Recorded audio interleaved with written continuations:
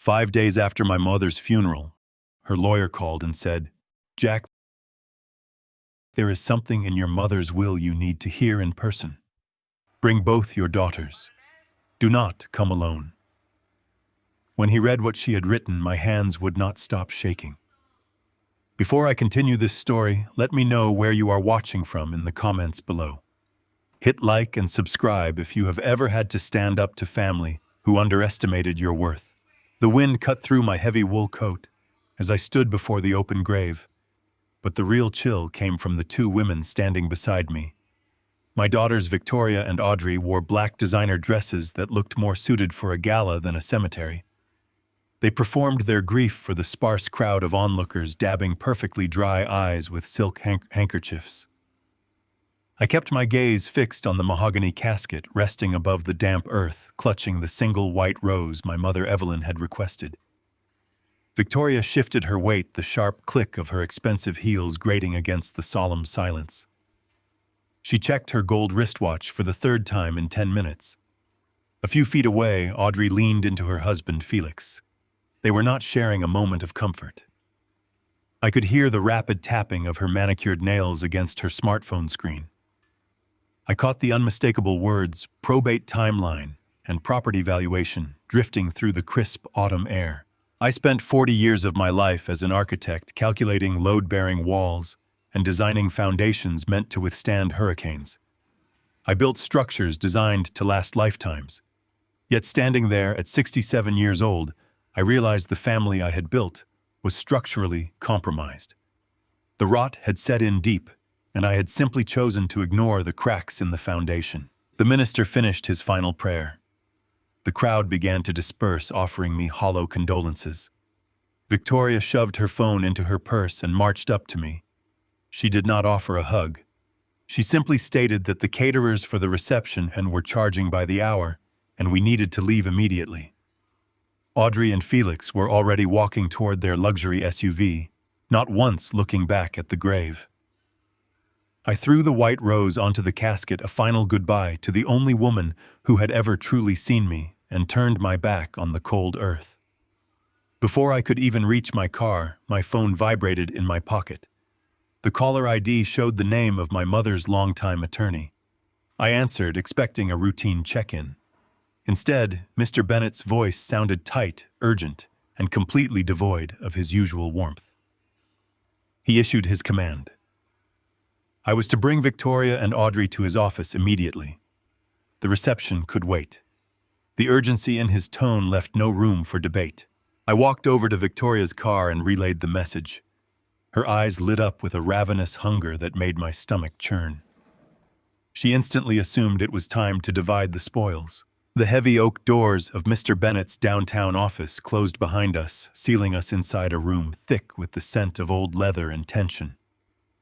Victoria and Audrey took the plush seats opposite the heavy desk, sitting on the edge of their cushions like predators waiting for a cage to open. Felix stood behind Audrey, his arms crossed, his eyes fixed greedily on the thick manila folder resting under Mr. Bennett's folded hands. I took the chair in the corner, keeping my distance from the toxic anticipation radiating from my daughters. Mr. Bennett did not offer us coffee. He did not offer condolences. He simply opened the folder and adjusted his reading glasses. Victoria could not contain herself. She slapped her hand on the armrest and demanded to know the liquid value of the estate so she could finalize the purchase of her new summer home. Mr. Bennett looked at her with absolute disdain. He cleared his throat and began reading the final testament of Evelyn. He detailed her modest requests, the allocation of her personal jewelry, and the transfer of her antique furniture. Audrey rolled her eyes loudly, whispering to Felix that they would just sell the junk at an estate auction. Then Mr. Bennett reached the core of the document. He read the words slowly, ensuring every syllable landed with maximum impact. Evelyn left her entire estate, including the sprawling family home and a secret, highly diversified investment portfolio valued at $3 million entirely, to a coalition of local charities. The silence that followed was total and absolute. It was the sound of a vacuum sucking the air out of the room. Victoria's face drained of color. Audrey dropped her phone onto the carpet. Felix uncrossed his arms, his jaw practically hitting his chest. $3 million. I stared at Mr. Bennett, completely blindsided. My mother had always lived modestly, clipping coupons and driving the same sedan for 20 years. I had no idea she possessed that kind of wealth. Victoria erupted from her chair. Her voice became a shrill, piercing scream. She accused Mr. Bennett of fraud, slamming her fists onto his pristine desk.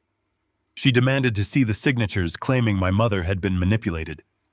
Audrey joined the assault, her voice shaking with rage. She pointed a trembling finger at me, declaring that she would contest the will immediately on the grounds of severe dementia. She yelled that my mother had been completely out of her mind and that I had failed to protect their inheritance.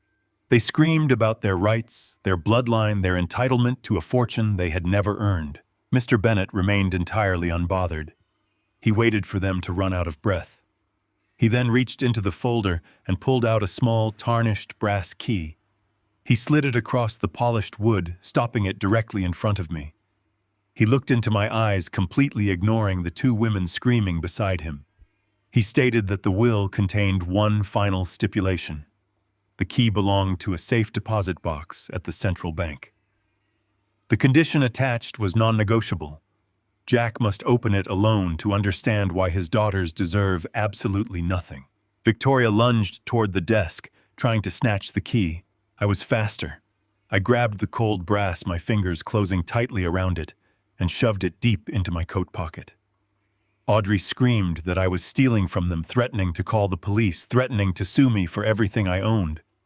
I did not raise my voice. I did not engage in their hysteria. I simply stood up, looked at the two strangers who shared my DNA, and walked out the door. Their screams echoed down the marble hallway, bouncing off the walls as I stepped into the elevator. The descent felt like falling into a new, terrifying reality. My mother knew something. She knew a truth so dark she had to hide it behind steel and concrete. I drove straight to the central bank. My hands gripped the steering wheel so tightly, my knuckles turned white. The bank manager recognized me immediately. He escorted me down into the subterranean vault, a silent, sterile fortress, completely isolated from the chaos of the world above. He unlocked his side of box 714.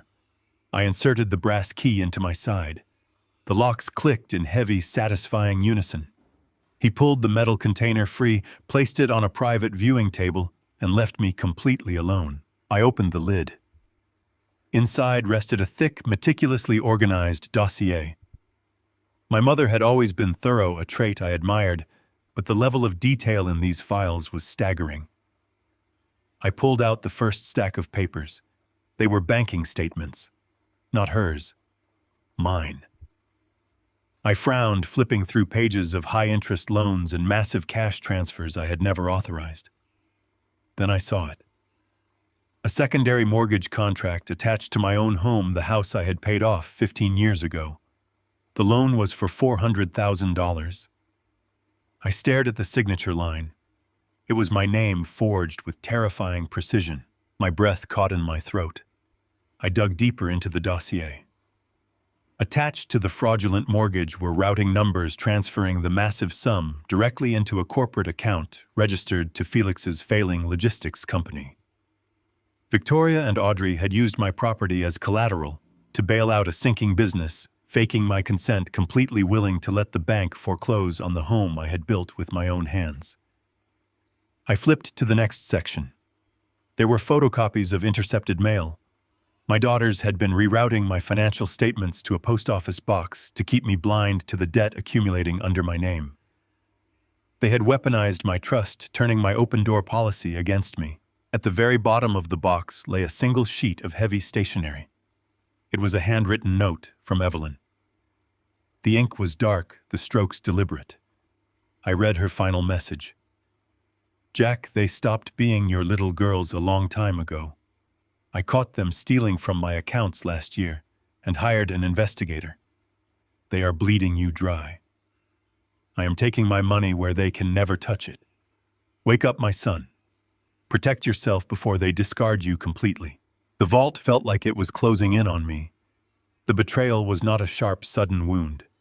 It was a slow, agonizing realization that I had spent years nurturing parasites. I packed the dossier into my leather briefcase, my mind racing with 1,000 different calculations.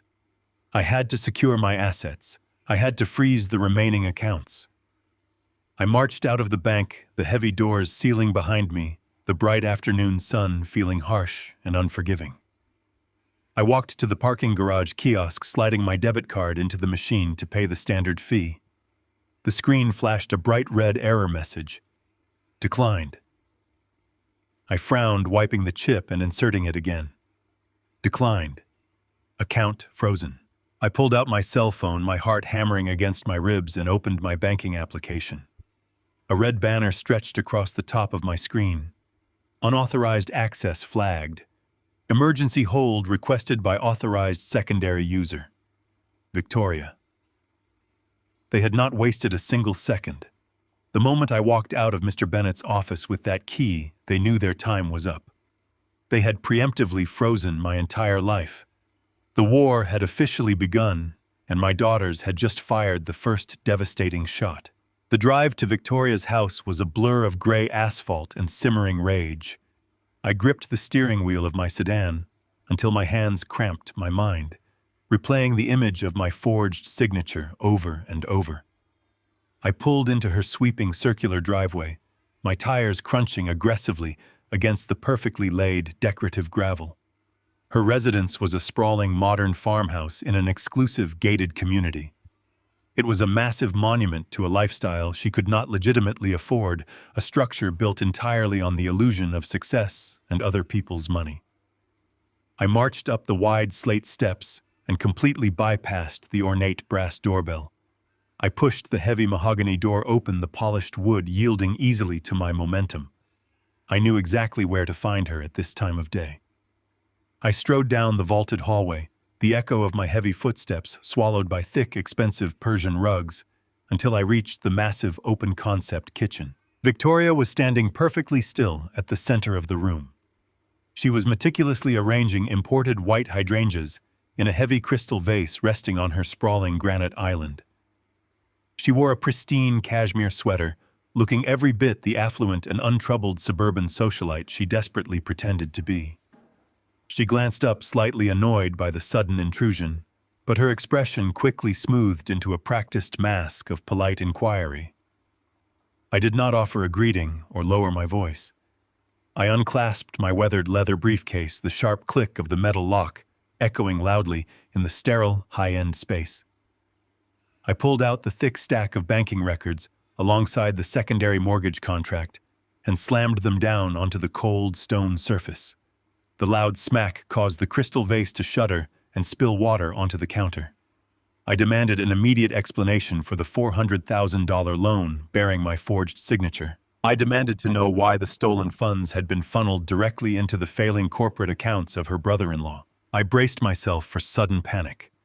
I fully expected tears, desperate denials, or perhaps a frantic weeping plea for forgiveness. I received absolutely none of those things. Victoria did not flinch.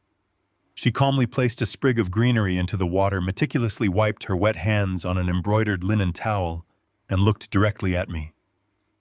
Her eyes held no guilt, no shame, and no fear. Instead, they morphed into pools of manufactured, sickening pity.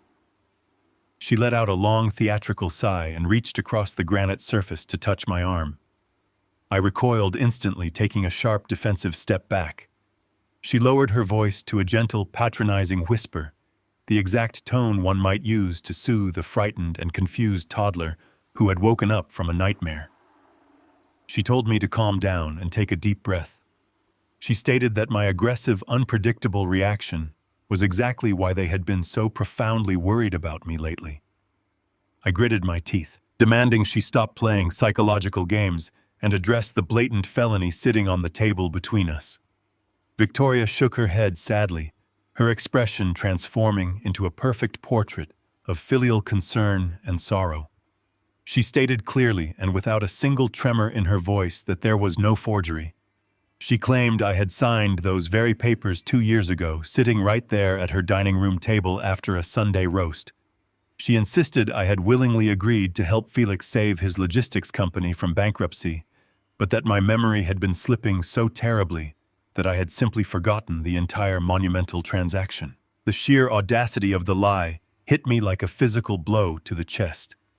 She was attempting to rewrite reality right in front of my eyes, looking at me with total, unwavering conviction. It was a terrifying display of psychological warfare. Before I could unleash the full force of my accumulated fury and call her a liar, the front door chimed and swung open. Audrey walked in, followed closely by her husband Felix. They moved with a synchronized, practiced urgency, slipping off their expensive wool coats and leaving them draped carelessly over a chair. Audrey carried a glossy folder tucked tightly under her arm. Felix offered me a tight, humorless smile, stepping into the kitchen to stand shoulder to shoulder with Victoria. They instantly formed a unified, impenetrable wall of hostility united by their shared crime.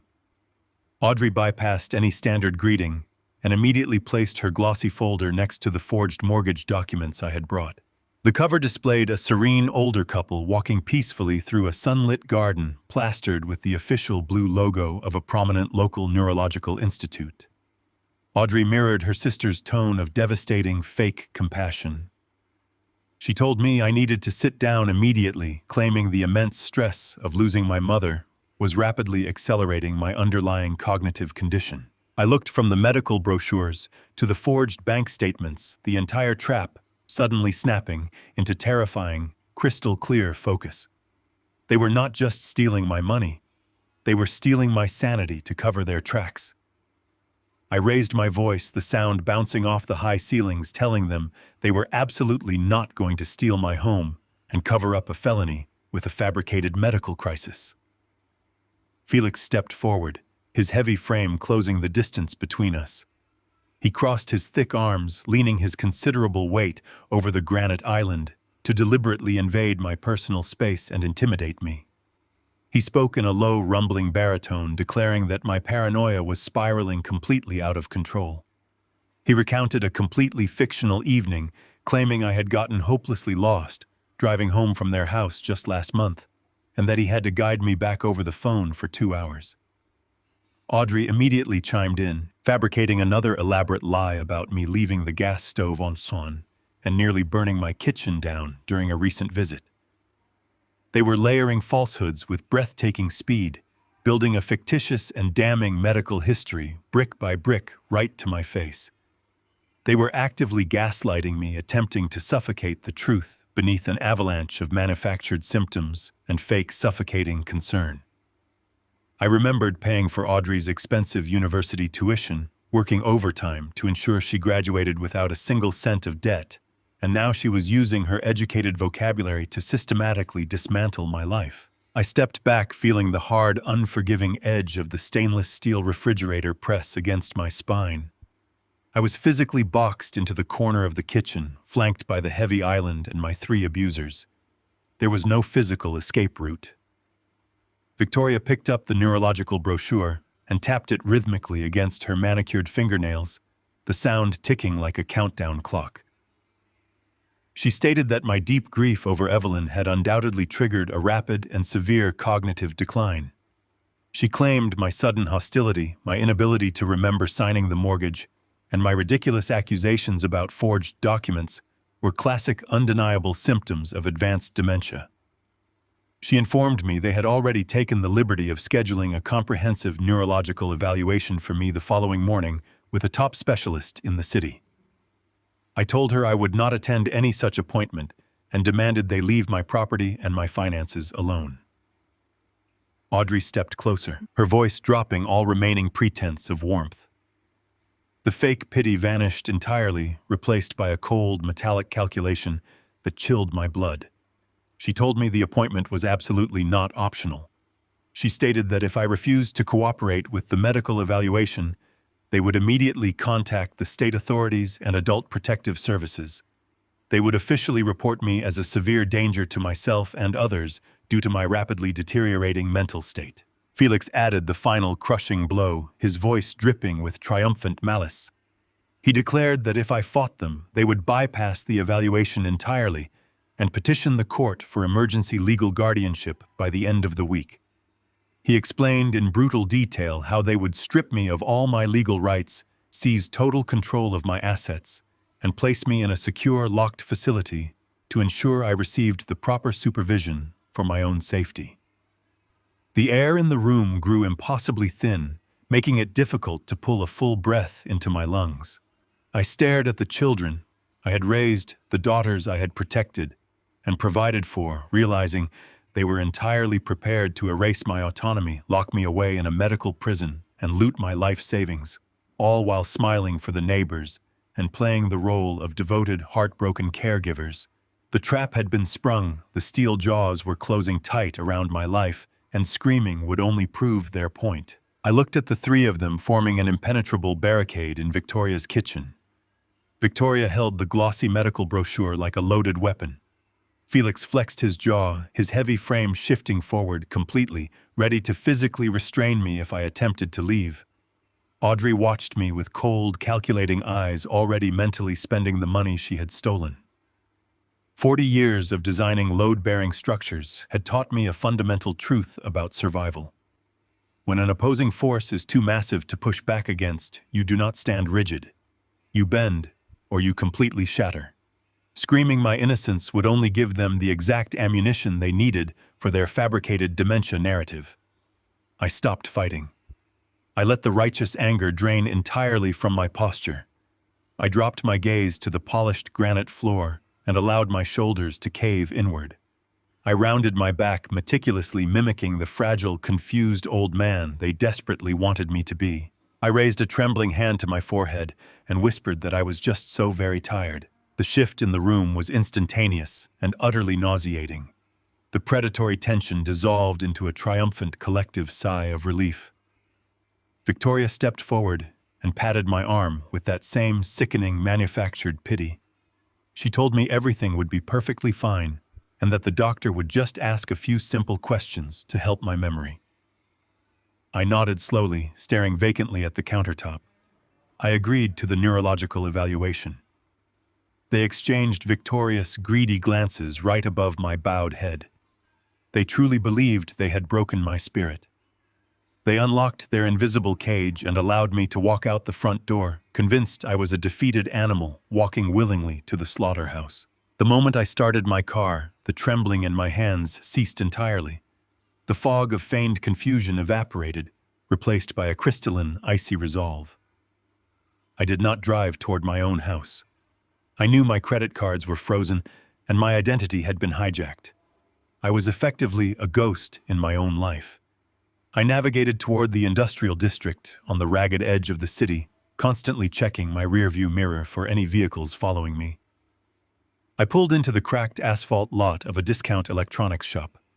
I bypassed the displays of shiny smartphones and purchased a cheap, untraceable prepaid cellular device. I paid using a crumpled $100 bill I kept hidden in my glove compartment for roadside emergencies. I sat in the stifling heat of my parked car, the cheap plastic phone feeling like a vital weapon in my palm. I pulled a small folded business card from my wallet. Mr. Bennett had handed it to me in absolute silence as I left his office, his eyes communicating a grim, unspoken warning. The card bore a single name and a phone number. Vincent. I punched the numbers into the crude keypad. A man answered on the second ring, with a voice like grinding gravel. I identified myself. Vincent simply stated he had been expecting my call. I did not waste a single breath on pleasantries or pathetic complaints about my broken heart. I gave him a ruthless, direct summary of the war I was now fighting.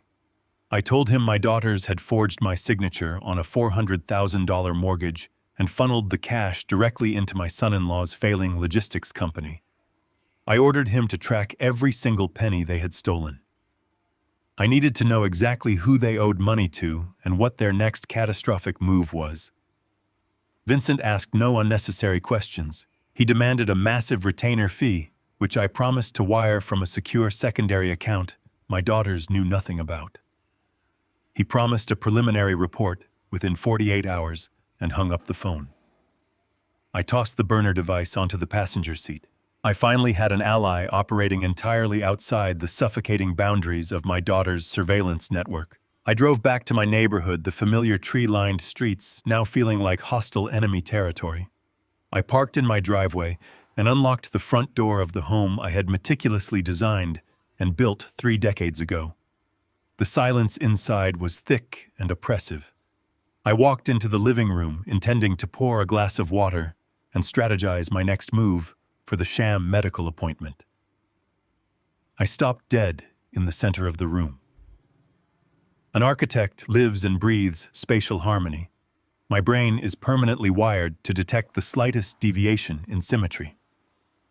I notice a misaligned beam, a crooked ceramic tile, or a shadow falling exactly where light should naturally rest.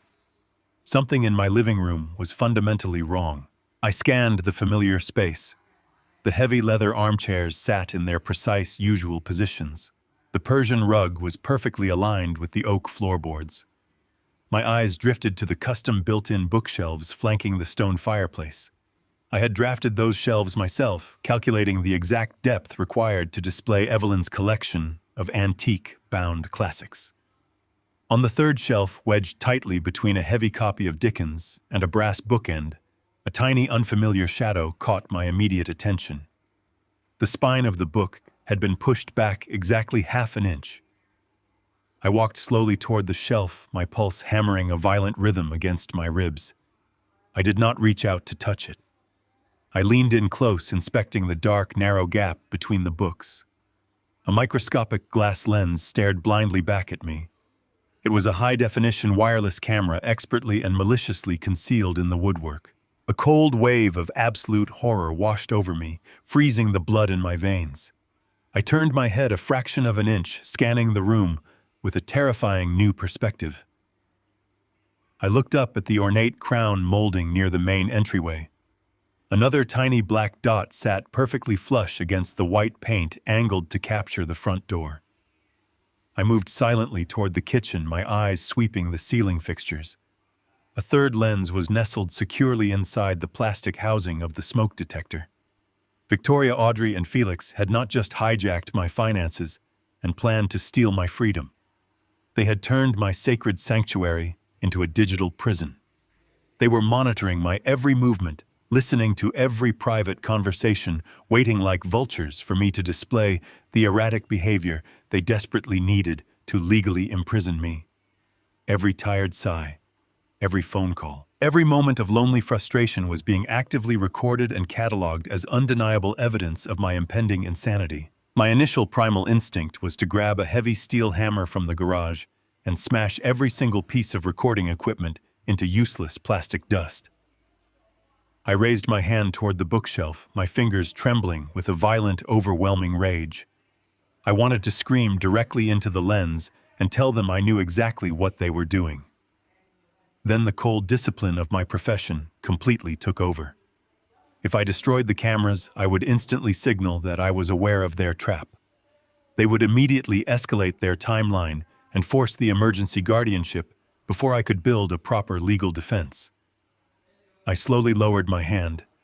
I backed away from the bookshelf and walked deliberately to the center of the living room, standing perfectly within the intersecting fields of view of all 3 hidden lenses. I forced my shoulders to slump heavily once again. I rubbed my temples, acting utterly exhausted and deeply confused. I muttered loudly, about forgetting where I placed my reading glasses, wandering aimlessly toward the kitchen like a lost, senile old man. They wanted a pathetic show. I was going to give them an award-winning performance. They thought the cameras were their ultimate weapon to secure my total financial ruin. They did not realize they had just handed me the exact tool I needed to engineer their absolute destruction. I walked into the kitchen, poured my water, and smiled a slow, chilling smile where the cameras could not see my face. I spent my entire career designing structures that defied gravity, calculating stress points and load-bearing capacities with absolute precision. Now my survival depended on engineering the exact opposite. I had to construct a flawless facade of a collapsing mind. The 3 microscopic camera lenses hidden in my living room, hallway, and kitchen demanded a convincing show. and I was entirely prepared to give Victoria and Audrey the tragic performance they craved. I began my morning routine by deliberately placing my leather wallet inside the refrigerator right next to a carton of milk. I made sure to stand directly in the sightline of the kitchen smoke detector camera while I did it. 10 minutes later, I wandered back into the frame, opening every cabinet with frantic, jerky movements, muttering loudly about stolen property. I dragged my feet across the hardwood floors, swapping my usual confident stride for the shuffling gait of a defeated old man. I weaponized my grief over Evelyn to sell the illusion. I sat in the leather armchair, perfectly centered in the living room frame, and held one of her old scarves. I spoke to the empty air, having full, one-sided conversations with my deceased mother. I asked her why the girls had not come down for breakfast, yet referencing a time 30 years in the past. I let genuine tears fall, knowing Felix was likely watching the live feed on his smartphone, eagerly logging my manufactured sorrow as undeniable proof of my cognitive ruin. Every misplaced item, every confused stare out the window, every fabricated conversation with a ghost was a calculated brick in the wall of their false confidence. I needed them to believe their trap was tightening perfectly. I needed them arrogant, complacent, and completely blind to the counter-offensive I was silently preparing. By mid-afternoon, the house felt like a suffocating terrarium. I needed to breathe without an audience. I put on a mismatched pair of shoes, grabbed my keys, and walked out the front door, maintaining my bewildered shuffle until I reached the safety of my sedan. The moment the car doors locked, the fog of dementia vanished instantly. My posture straightened. My mind shifted back to the sharp analytical precision of an architect evaluating a demolition site. I drove 3 towns over, constantly checking my rearview mirror to ensure I was not being followed. I pulled into the bustling parking lot of a crowded anonymous diner right off the interstate. The noise and the shifting crowd provided the perfect cover. I walked into the diner and slid into a vinyl booth at the very back. Vincent was already sitting there nursing a black coffee. The private investigator did not waste time with greetings. He slid a thick, unmarked envelope across the sticky table. His face was a mask of grim professionalism. He told me to brace myself because the financial situation was infinitely worse than a simple case of greedy entitlement. I opened the envelope, pulling out heavily redacted bank records, property liens, and photographs of men I did not recognize. Vincent explained the grim reality. Victoria and Audrey had not merely overspent on their lavish suburban lifestyles, they had attempted to play real estate developers, flipping commercial properties using exorbitant amounts of leveraged cash. When the market shifted, and Felix Logistics Company began bleeding revenue, traditional banks completely cut them off. Desperate to maintain their facade of wealth, my daughters had turned to a syndicate of private, unregulated lenders. Vincent pointed a calloused finger at the photographs of the men. He stated these were not people who sent polite collection letters or filed civil lawsuits. These were men who broke legs, seized assets by force, and terrorized families. Victoria and Audrey owed this syndicate over $1.2 million, and the $400,000 secondary mortgage they had fraudulently extracted from my home was merely a temporary interest payment. The syndicate had officially run out of patience. They had given my daughters a hard deadline. The entire principal debt was due by the end of the current month. If they failed to produce the cash, the syndicate would begin dismantling their lives piece by piece, starting with Felix Warehouse and ending with Victoria's pristine modern farmhouse. My daughters were drowning in an ocean of dangerous debt, and I was their only remaining life raft. I stared at the terrifying numbers on the page, my blood turning to ice. I asked Vincent how they possibly planned to extract another $1 million from me when my liquid assets were nowhere near that amount. Vincent pulled out a second stack of papers from the envelope. He told me they were not planning to ask for a loan. They were planning a complete hostile takeover of my entire existence. The documents he showed me were drafted legal petitions for emergency medical guardianship, completely filled out and waiting for a judge's signature.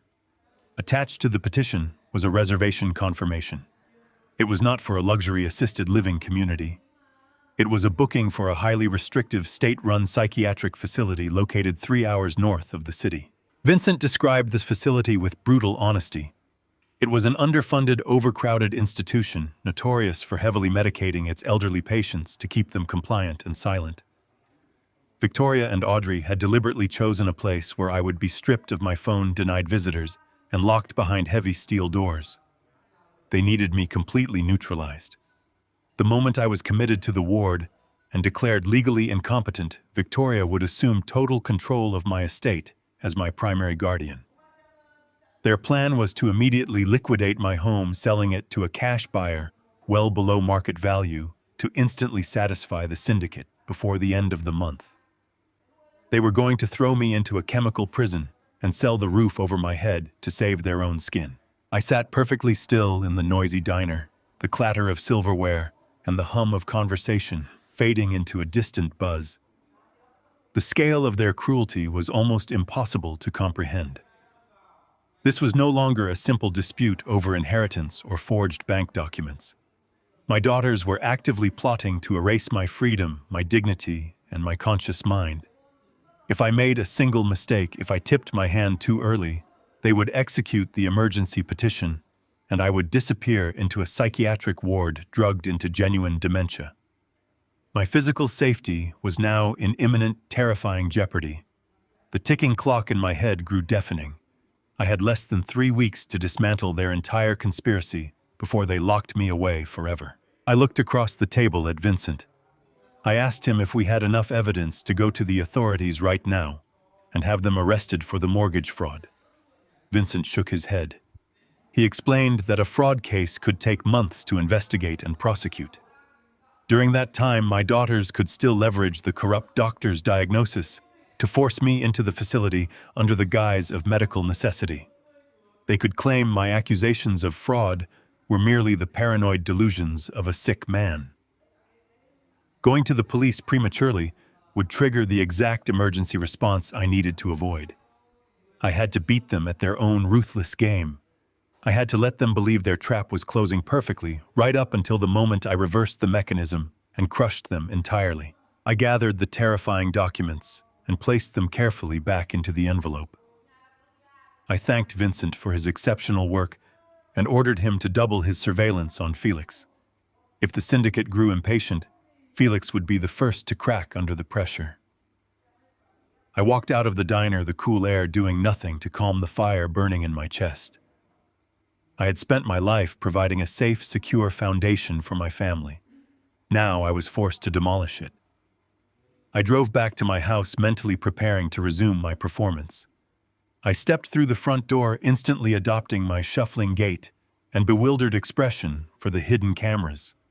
I was walking a tightrope over a bottomless abyss, but I refused to fall. I would let them push me to the very edge, and then I would show them exactly what happens when you underestimate a man who has nothing left to lose. The leather seat of Victoria's luxury SUV smelled of expensive vanilla air freshener and cold calculation. She drove with both hands gripping the steering wheel tightly. Her knuckles were pale. She kept glancing at me in the rearview mirror, wearing a mask of deep, manufactured sorrow. She offered me a bottle of water and asked if I was feeling disoriented. I gave her exactly what she wanted. I let my hand tremble slightly as I took the plastic bottle. I stared out the passenger window and muttered a vague complaint about the street signs looking unfamiliar. Beneath my oversized wool sweater, a thin wire ran down my ribcage. Vincent had provided the digital recording device that morning. It was taped securely directly over my heart, capturing every word, every fake sigh, and every subtle threat my daughter made during the drive. The red recording light was hidden under layers of fabric, but I could feel its warmth against my skin. It was the only thing keeping my rage completely contained. Victoria pulled into the parking lot of a sterile gray brick building on the absolute edge of the city limits. It did not look like a prestigious neurological institute. It looked like a repurposed commercial office space. There were no prominent medical logos on the glass doors. She parked the vehicle, hurried around to my side, and grabbed my arm with unnecessary force to guide me toward the entrance. She spoke in that loud, patronizing tone reserved for the deaf or the completely senile, telling me to watch my step. I shuffled my feet, dragging my heels against the pavement, playing the role of a broken man walking to his own institutional execution. The waiting room was entirely empty. A single receptionist sat behind a tall glass partition, completely ignoring us, as Victoria marched directly to the heavy wooden door at the back of the room. She did not bother to check in. She opened the door and ushered me into a cramped examination room. The walls were bare. The medical equipment looked dated and unused. A man in a crisp white lab coat turned around from a metal filing cabinet. He offered a wide, polished smile. Victoria introduced him as Dr. Miller, a top-tier specialist in cognitive decline. I stared at the man. My heart hammered against the recording device taped to my chest. He was not Dr. Miller. The clean shave and the new glasses could not hide his identity. He was Nolan. He was the older brother of Audrey's husband, Felix. I knew exactly who he was. 5 years ago, Evelyn and I had attended a tense family dinner where Felix complained bitterly about his brother's legal troubles. Nolan had been a practicing physician in a neighboring state until a massive medical board investigation stripped him of his license for insurance fraud and prescribing unnecessary narcotics. He was disgraced, ruined, and legally barred from practicing medicine. Yet here he stood, wearing a stolen title and holding a clipboard prepared to sign away my freedom. The sheer audacity of their conspiracy was breathtaking. They had not merely found a corrupt doctor. They had brought the crime entirely in-house using a disgraced family member to execute the medical fraud. I did not blink. I did not shout his real name. I let my mouth hang slightly open and offered him a confused, weak smile. Nolan instructed me to sit on the examination table. He pulled up a rolling stool, his knee brushing against mine. He did not check my blood pressure. He did not look into my eyes with a medical light. He clicked his pen and began the absolute sham of a neurological evaluation. He asked me what day of the week it was. I answered correctly. He immediately frowned, scratched a note on his clipboard, and told Victoria that patients often guess correctly by relying on deeply ingrained routines rather than actual cognitive awareness. He asked me to count backward from 100 by sevens. I purposely stumbled on the third number, hesitating and looking at Victoria for help. Victoria let out a dramatic, heavy sigh. She placed a hand on Nolan's shoulder and launched into her rehearsed script. She told him I had been wandering the house at all hours of the night. She claimed I had completely forgotten my own mother's funeral last week. She lied with such terrifying fluency that the air in the room felt toxic. She described non-existent episodes of violent paranoia, saying I was hiding household objects and accusing my daughters of stealing from me. Nolan nodded gravely, validating every single fabricated symptom. He spoke directly into my chest, ensuring the hidden microphone captured his every word. He stated that the sudden onset of these symptoms following a major emotional trauma was a textbook presentation of severe rapid cognitive decline. He used words like irreversible and dangerous. He looked at Victoria with a completely straight face and told her that my condition required immediate intervention. He stated I was a severe risk to my own physical safety. I sat on the paper-covered table looking back and forth between the two criminals. I let my shoulders slump forward, projecting total defeat. I asked in a quiet, shaking voice if there was any medicine that could fix my memory. Nolan offered a condescending smile. He told me the damage was far too extensive for simple medication. He reached into his folder and pulled out a stack of official-looking medical forms heavily stamped with counterfeit clinic seals. He slid them across a small metal desk toward Victoria. He told her these documents represented his professional medical recommendation for emergency legal guardianship. He stated that for my own protection, Victoria and Audrey needed to assume immediate and total control of my finances, my medical decisions, and my living arrangements. Victoria took the papers. Her hands were shaking, but not from sorrow. She was vibrating with pure, unfiltered greed. She thanked Nolan, calling him a lifesaver. She promised to file the documents with the probate court first thing Monday morning. Nolan reminded her to mention his recommendation for a secure long-term care facility. He said I needed 24-hour locked supervision to prevent me from wandering into traffic. They were finalizing the details of my imprisonment right in front of me. I committed every detail of Nolan's face to memory. I memorized the sound of his voice providing the fraudulent medical diagnosis. The recording device on my chest captured the entire transaction, proving exactly how Victoria intended to bypass the legal system to steal my home and my $3 million inheritance. Victoria gently took my elbow, guiding me out of the examination room. She told Nolan we would be in touch very soon. We walked back out into the bright afternoon sun. The crisp air felt sharp against my lungs. Victoria unlocked the passenger door of her SUV, helping me inside with exaggerated care. She climbed into the driver's seat, placing the fraudulent medical documents carefully into her designer handbag. She let out a long breath, gripping the steering wheel, as a genuine smile finally broke across her face. She looked at me, her voice dripping with fake reassurance. She told me not to worry about a single thing. She promised she and Audrey were going to handle all the complicated paperwork and make sure I was completely safe. She started the engine, pulling out of the desolate parking lot and turning back onto the main highway. I knew they were going to move incredibly fast now. With the fake medical documents in hand, they had the ammunition they needed to freeze my assets legally and force me out of my home. I needed to distract them. I needed to pivot their attention away from the immediate legal filing and steer them directly into the trap I had prepared. I needed them to commit a crime so undeniable and so thoroughly documented that no judge in the country would ever grant them guardianship. I let my head loll back against the leather headrest. I stared blankly at the roof of the car. I began to mutter under my breath, keeping my volume low enough to force Victoria to strain to listen. I started talking about the house. I mumbled about the old days, about my architectural blueprints, and about Evelyn. Then I injected the poison directly into the conversation. I suddenly sat up straight, looking around the car with wide, panicked eyes. I grabbed Victoria's arm, squeezing her expensive sweater. I told her I needed to go home immediately. I told her I was terribly worried about the men from the bank. Victoria frowned, stepping on the brakes slightly. She asked me what men from the bank I was talking about. I lowered my voice to a frantic, desperate whisper. I told her they were trying to take my special papers.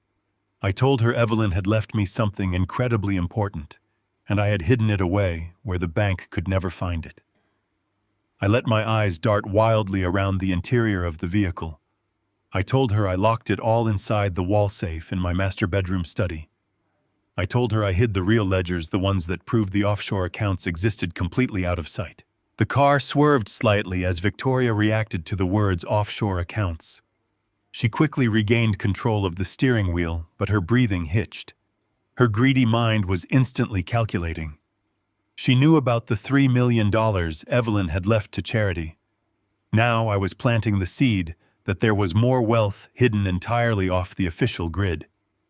Wealth that could solve her massive debt to the syndicate instantly, without dealing with the slow process of selling my house. She forced her voice to remain calm and soothing. She asked me what kind of ledgers I was talking about. I shook my head violently, acting terrified. I told her she could not tell anyone. I told her I hid the combination to the safe so I would not forget it. I recited 4 numbers out loud into the quiet cabin of the car, repeating them twice like a childish rhyme. 7, 2, 4, 9. I told her that was the only way to get the millions of dollars out of the wall. I told her I needed to protect it from the doctors and the lawyers. I slumped back into the seat, closing my eyes and pretending to drift into an exhausted sleep.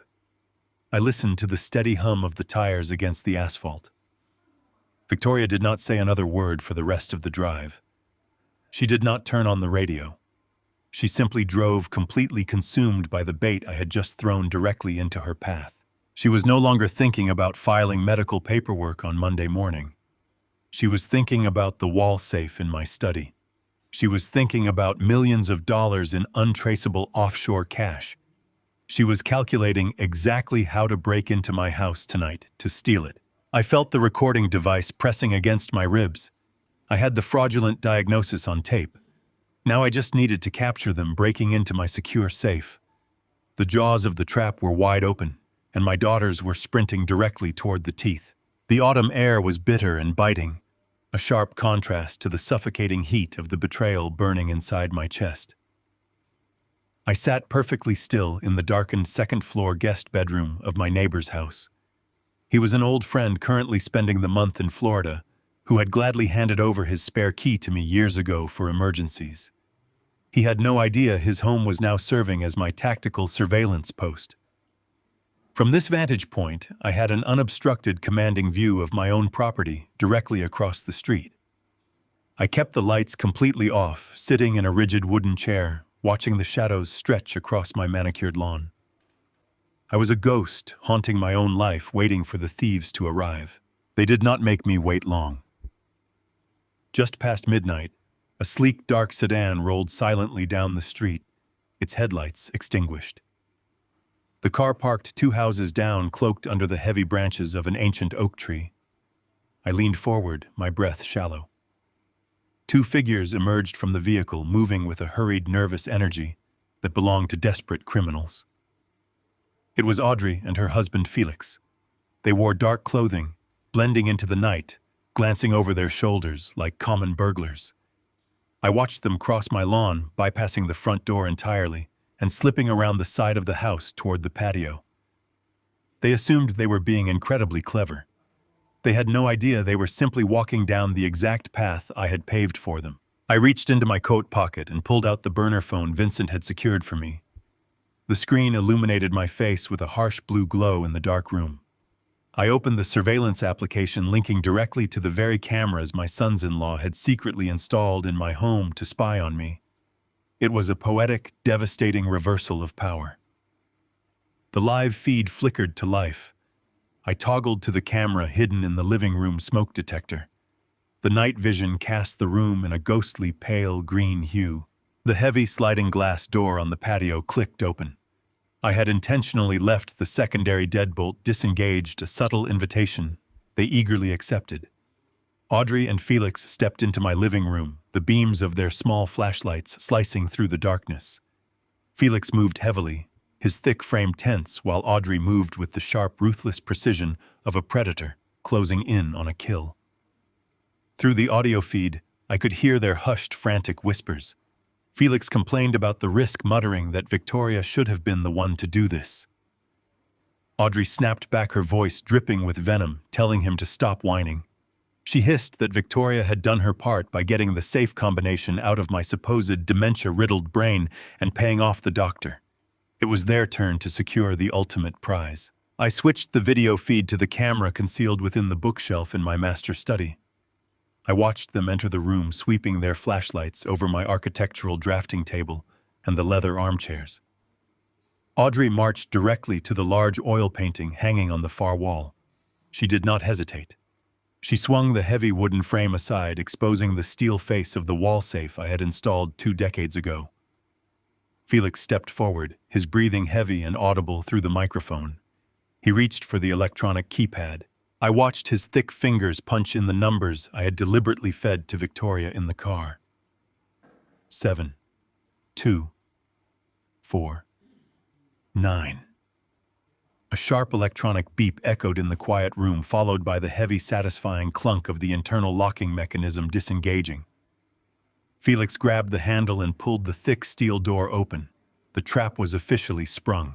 They expected to find stacks of cash, gold, bullion, or perhaps the deed to my house.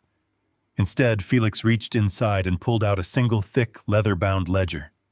It looked antique, incredibly official, and entirely legitimate. Vincent and I had spent an entire afternoon meticulously fabricating that document. It was a masterpiece of legal and financial forgery designed to exploit their absolute deepest vulnerability, which was their insatiable, blinding greed. Felix opened the leather cover, shining his flashlight directly onto the crisp, watermarked pages. Audrey leaned over his shoulder, her face practically pressed against the paper. The hidden microphone picked up their sharp, simultaneous intakes of breath. The numbers printed on that page were staggering. The fake ledgers detailed a highly complex, deeply concealed, offshore investment portfolio routed through the Cayman Islands. The bottom line displayed a verified liquid balance of exactly $5 million. For a long, agonizing moment, neither of them spoke. The sheer magnitude of the fabricated wealth paralyzed them. $5 million was enough to pay off their dangerous, violent syndicate lenders 10 times over. It was enough to secure the lavish, unearned lifestyle they felt they desperately deserved. I watched Audrey's hands begin to tremble. She reached out and traced her manicured finger over the final balance, completely intoxicated by the illusion of supreme wealth. Then Felix flipped to the next page. He began reading the dense, complicated legal stipulations attached to the offshore trust. Vincent had ensured the legal jargon was airtight and terrifyingly clear. Felix read the words aloud, his voice dropping to a harsh, panicked whisper. The trust was structured with a strict, unbreakable protective covenant. The document explicitly stated that the funds were permanently locked. If the primary account holder, Jack, was ever deemed medically incapacitated, diagnosed with severe cognitive decline, or placed under any form of involuntary legal guardianship, the $5 million would be instantly and permanently frozen. The trust would automatically dissolve, and the entirety of the funds would be irrevocably dispersed to a coalition of international charities. I watched the color completely drain from Audrey's face through the green tint of the night vision camera. The realization hit them with the force of a speeding freight train. The very weapon they had spent weeks sharpening to destroy me was now pointed directly at their own heads. Felix stumbled backward, dropping the ledger onto the drafting table as if it were burning his hands. He grabbed his hair, pacing the small study like a trapped animal. He whispered furiously to Audrey, panic bleeding into every syllable. He reminded her that Victoria had the fraudulent dementia diagnosis in her possession right now. He reminded her that they were planning to file the emergency guardianship papers with the state court the very next morning. If Victoria handed that paperwork to a judge, if I was legally declared insane and locked in that psychiatric facility, the $5 million would vanish forever. They would be left with my heavily mortgaged house, which was not nearly enough to satisfy the violent loan sharks breathing down their necks. Audrey stared at the ledger, her mind racing, calculating the catastrophic failure of their master plan. She grabbed Felix by the arm, her voice hard and desperate. She told him they had to stop Victoria immediately. The dementia narrative was dead. The involuntary commitment was completely off the table. They could no longer afford for me to be crazy. They needed me to be competent, lucid, and legally capable of making financial decisions. Felix pointed at the ledger, demanding to know how they were supposed to get the money if they could not take control of my estate by force. Audrey flipped back to the final page of the trust document, reading the specific exit clause Vincent and I had carefully planted. There was only one way to access the $5 million. The funds could only be touched if Jack, while of sound mind and body, willingly and legally signed a verified transfer of power, bringing his daughters on as equal partners in a newly established wealth management corporation. I smiled in the darkness of the guest room, the cold satisfaction settling deep into my bones. I had given them a problem, and I had handed them the exact poisonous solution. Audrey slammed the ledger shut. She told Felix they had to pivot completely. They could no longer treat me like a confused, dying old man. They had to stroke my ego. They had to make me feel respected, valued, and incredibly powerful. They needed to convince me to willingly sign a partnership agreement, completely unaware that the money they were trying to steal did not even exist. I watched them carefully wipe down the leather cover of the ledger with the sleeves of their coats, ensuring they left no fingerprints. They placed the book exactly where they had found it, closed the heavy steel door of the safe, and spun the dial to lock it. They moved back through the house with frantic, terrified urgency, terrified that they might accidentally disturb something and ruin their chances at the imaginary fortune. They slipped out the patio door, pulling it shut behind them, and sprinted across the dark lawn toward their hidden car. I stood up from the wooden chair, walking to the window to watch their taillights fade into the distance. They thought they had just uncovered the greatest secret of my life. They believed they were about to execute the ultimate financial heist. They had no idea they had just swallowed a hook laced with absolute ruin. I turned off the burner phone and slipped it back into my pocket. The fear and exhaustion that had plagued me for the past week evaporated into the cold night air.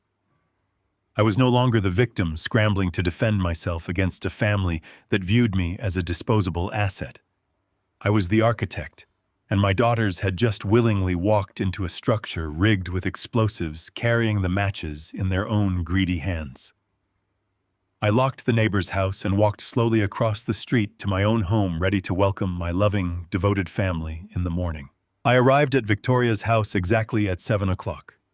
The sweeping gravel driveway was lined with soft landscaping lights, projecting a warm, welcoming glow that completely contradicted the cold reality of what was about to happen. Only 2 days ago, this exact same house had been the site of a brutal psychological ambush. It was the place where my daughters had cornered me with fabricated medical brochures and explicitly threatened to lock me inside a psychiatric ward. Tonight, the atmosphere had been surgically altered. I stepped out of my car and braced myself for the next phase of the war. Victoria opened the heavy mahogany front door before I could even knock. She wore a stunning emerald green dress and a smile so intensely bright it looked painful. She threw her arms around my neck, pulling me into a suffocating embrace that smelled of expensive floral perfume and desperate, unadulterated greed. She loudly declared how wonderful it was to see me and led me by the arm into the formal dining room. The long mahogany table was set for a massive feast. Crystal wine glasses caught the light from the ornate chandelier. Audrey and Felix were already seated, waiting with expectant, beaming faces. The contrast was absolutely jarring. There was no mention of my memory. There were no hushed, condescending tones. The entire terrifying narrative of my supposed severe cognitive decline had vanished into thin air. It was replaced overnight by an aggressive, coordinated campaign of flattery. We sat down to a lavish, multi-course meal. Felix poured a vintage red wine, laughing loudly at a mild, unremarkable joke I made. Audrey leaned across the table, her eyes wide with manufactured admiration, hanging onto every single word I spoke. They praised the complex architectural designs I had completed decades ago. They marveled at my physical health and sharp wit. They completely erased the senile, helpless old man they had aggressively tried to invent 48 hours prior. I watched them perform this grotesque theater with a gentle, grandfatherly smile plastered across my face. I chewed the expensive food methodically, forcing myself to swallow the bile that rose in my throat. I knew exactly why the script had changed so drastically. They had cracked my safe. They had read the fake ledgers. They had swallowed the bait completely whole. As the dessert plates were cleared away, the true purpose of the evening finally materialized. Victoria signaled Felix with a sharp, subtle nod. Felix cleared his throat, wiping his mouth with a linen napkin, and reached into his leather briefcase resting beside his chair. He pulled out a sleek black leather folder. He did not slam it down like Victoria had done with the forged mortgage documents. He placed it gently on the table, treating it like a sacred, fragile artifact. Victoria leaned forward, her voice dripping with toxic, sickening sweetness. She told me they had been doing a tremendous amount of thinking about my legacy and the future of the family. She praised my incredible financial acumen, specifically mentioning how brilliantly I had managed to secure my assets outside the restrictive grasp of traditional banking. She was directly referencing the fictional $5 million offshore account, but she tiptoed around the explicit details so she would not sound overly eager or suspicious. Audrey chimed in immediately, claiming that managing such a complex international portfolio alone was an unnecessary and heavy burden for me to carry at my age. They told me they wanted to help carry the load. They wanted to form a unified, unbreakable family front. Felix opened the leather folder and spun it around so the thick stack of papers faced me. The document inside was titled as a comprehensive wealth management partnership. It was a masterpiece of legal theft. If I signed that paper, I would be granting them absolute, irrevocable control over every single financial account tied to my name, both domestic and international. They had completely abandoned the risky, violent path of having a corrupt doctor declare me incompetent. They had read the protective covenant Vincent and I drafted into the fake trust. They realized that a court order declaring me insane would instantly and permanently freeze the offshore money they desperately needed. They needed me to be perfectly sane, entirely willing, and legally competent to hand over the keys to the kingdom. I looked down at the dense legal paragraphs, keeping my expression perfectly neutral. I reached out and traced the edge of the paper with my index finger. I looked up at Victoria, then at Audrey, and finally at Felix. Their eyes were burning with a terrifying, ravenous hunger. They were practically holding their breath, their bodies coiled tight with anticipation. I let a slow, warm smile spread across my face. I told them they were absolutely right. I told them that carrying the weight of the family legacy was becoming a heavy task, and nothing would make me happier than to officially pass the torch to the next generation. A collective, silent sigh of relief swept across the mahogany table. Victoria reached into her designer purse and produced a heavy gold fountain pen, sliding it across the polished wood toward my waiting hand. I picked up the pen, feeling its cold weight. I let the gold nib hover just an inch above the final signature line. Then I stopped. I pulled my hand back and set the pen down gently next to the leather folder. I shook my head slowly, adopting a look of profound nostalgic sentimentality. I told them that a document of this magnitude, a contract that officially bound our family legacy together forever, should not be signed quietly over dessert on a random Tuesday night. I reminded Victoria about the Grand Society Gala she and Felix were hosting the following weekend.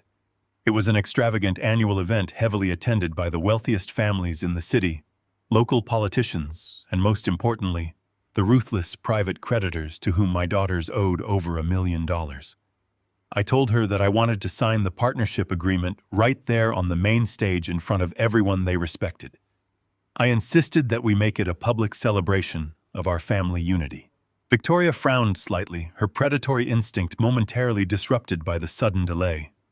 She opened her mouth to argue to push the gold pen back into my hand and force the issue. But Audrey intervened instantly. Audrey's eyes widened as she quickly calculated the immense social capital of my proposal. Audrey envisioned the ultimate display of absolute triumph. She imagined standing on a brightly lit stage in front of her high society rivals, and the dangerous men holding her massive debt publicly receiving the keys to a multi-million-dollar empire. It was an intoxicating fantasy of supreme power and instant financial salvation. I watched Audrey kick Victoria sharply under the table. Audrey smiled brightly, declaring that it was a brilliant and beautiful idea.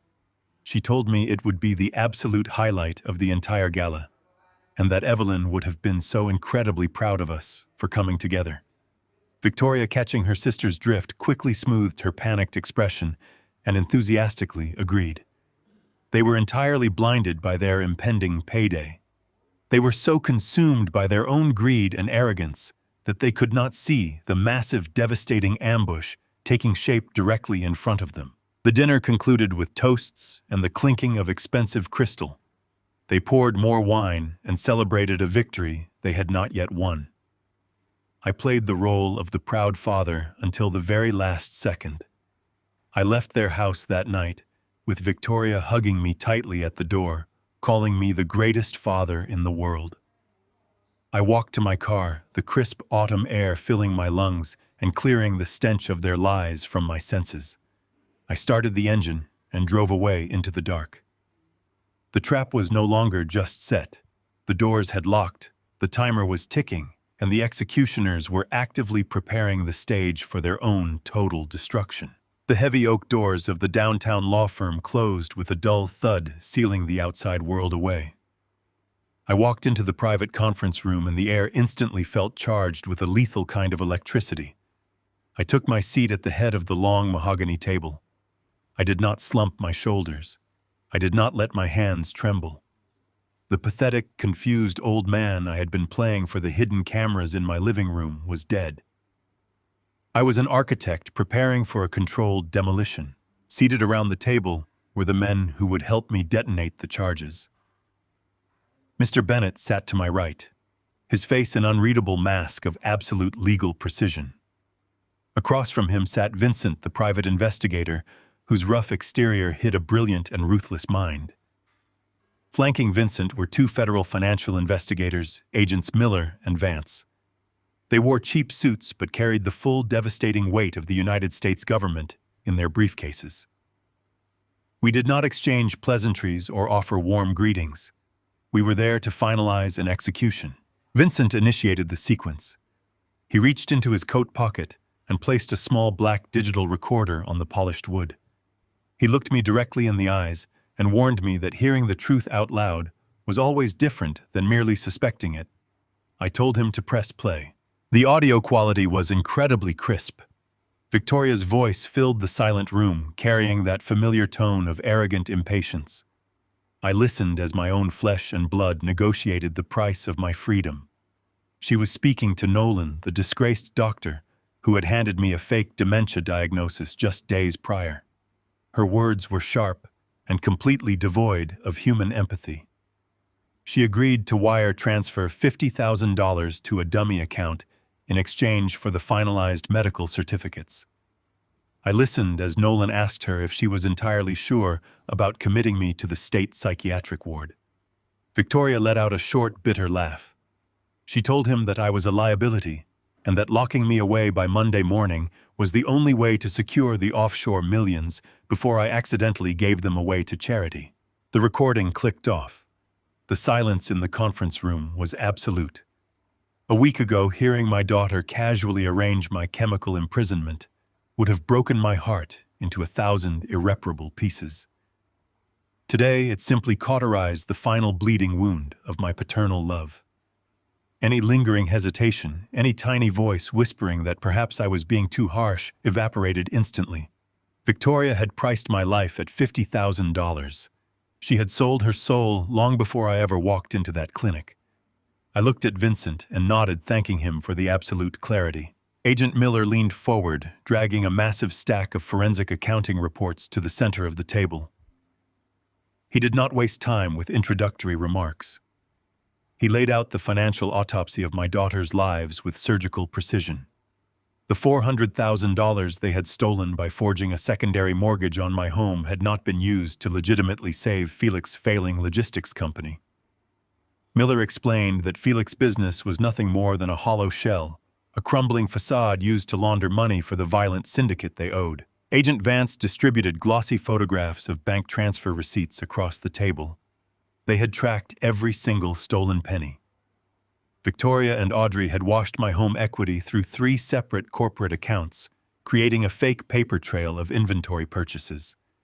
The money was then instantly wired to an offshore holding company controlled by the private lenders. It was a textbook execution of wire fraud, elder abuse, and systemic money laundering. Miller stated with absolute certainty that they had enough irrefutable evidence to secure immediate federal arrest warrants for Victoria, Audrey, and Felix. They were looking at decades in a federal penitentiary. Mr. Bennett folded his hands over his legal pad. He asked the federal agents to hold the warrants until the end of the night. He explained that my daughters were currently hosting a massive society gala under the delusion that I was going to willingly sign over my non-existent offshore fortune. We needed them in one room surrounded by their wealthy peers and their dangerous creditors. The agents agreed. They would be waiting in the shadows of the ballroom, ready to move the second the trap snapped shut. The meeting adjourned. The men gathered their devastating files and left the room to take their positions across the city. I remained behind with Mr. Bennett. He stood up and guided me toward his private executive washroom. He told me it was time to drop the disguise. I walked into the small, brightly lit room and stared at my reflection in the mirror. I was wearing an oversized faded wool sweater that swallowed my frame, making me look frail and diminished. I wore scuffed orthopedic shoes and loose trousers. It was the uniform of a victim, the costume of a man losing his grip on reality. I grabbed the hem of the sweater and pulled it over my head, throwing it violently into the trash can. I discarded the baggy trousers and the terrible shoes, stripping away the pathetic character my daughters had forced me to play. Hanging on the back of the heavy wooden door was a garment bag I had dropped off earlier that morning. I unzipped it and pulled out a bespoke charcoal gray suit tailored specifically to my measurements. I put on a crisp white shirt, buttoning it with steady hands. I slid into the perfectly fitted trousers and pulled the tailored jacket over my shoulders. I fastened a silk tie, adjusting the knot until it sat perfectly against my collar. I stepped into a pair of polished black leather Oxfords, tying the laces with deliberate precision. I looked back into the mirror. The frail, confused elder was completely gone. Staring back at me was an architect, a man who built fortresses and understood exactly how to tear them down. My posture was rigid, my spine completely straight. The grief that had weighed me down since Evelyn's funeral had hardened into an impenetrable armor of cold calculation. I was ready. I walked back into the main conference room. Mr. Bennett looked me up and down, nodding his quiet approval. He reached into his leather briefcase and pulled out a sleek black portfolio. He handed it to me, holding onto the edge for a brief moment, to ensure I understood the gravity of what I was holding. Inside that portfolio were the final legal documents, the projected images of the forged mortgage, the wiretap transcripts, and the undeniable proof of their money laundering. It was the weapon that would sever my bloodline forever. I took the portfolio, tucking it securely under my arm. I thanked Mr. Bennett for his unwavering loyalty. He simply replied that it was an honor to help me defend my legacy. I walked out of the law firm and stepped into the cool evening air. The city lights blurred as a sleek black town car pulled up to the curb to take me to the gala. I slid into the back seat, watching the cityscape roll past the tinted windows. Victoria and Audrey were waiting for a broken man to hand them a fortune. They were about to meet their executioner. The grand ballroom of the city's most exclusive country club was a monument to excessive wealth and superficial elegance. The vaulted ceilings were draped in cascading panels of white silk, and massive crystal chandeliers cast a blinding, brilliant light over the sprawling room. The air was incredibly thick and heavy, carrying the mingled scents of roasted meats, expensive floral arrangements, and the unmistakable metallic tang of desperate greed. Victoria and Audrey had spared absolutely no expense for this night. They had financed this entire lavish spectacle using the very credit lines and stolen home equity they were currently drowning under. I stood near the ornate brass entrance doors, wearing a bespoke tailored charcoal suit, feeling the crisp, sharp edges of the federal legal documents tucked securely inside my breast pocket. The room before me was a turbulent sea of moving bodies wrapped in designer gowns and custom tuxedos. I scanned the crowded room with the cold, clinical precision of a predator isolating its prey. I recognized the familiar faces of local politicians, wealthy real estate developers, and high society socialites, sipping champagne and laughing at hollow jokes. But scattered among the glittering elite were men who clearly did not belong in this environment.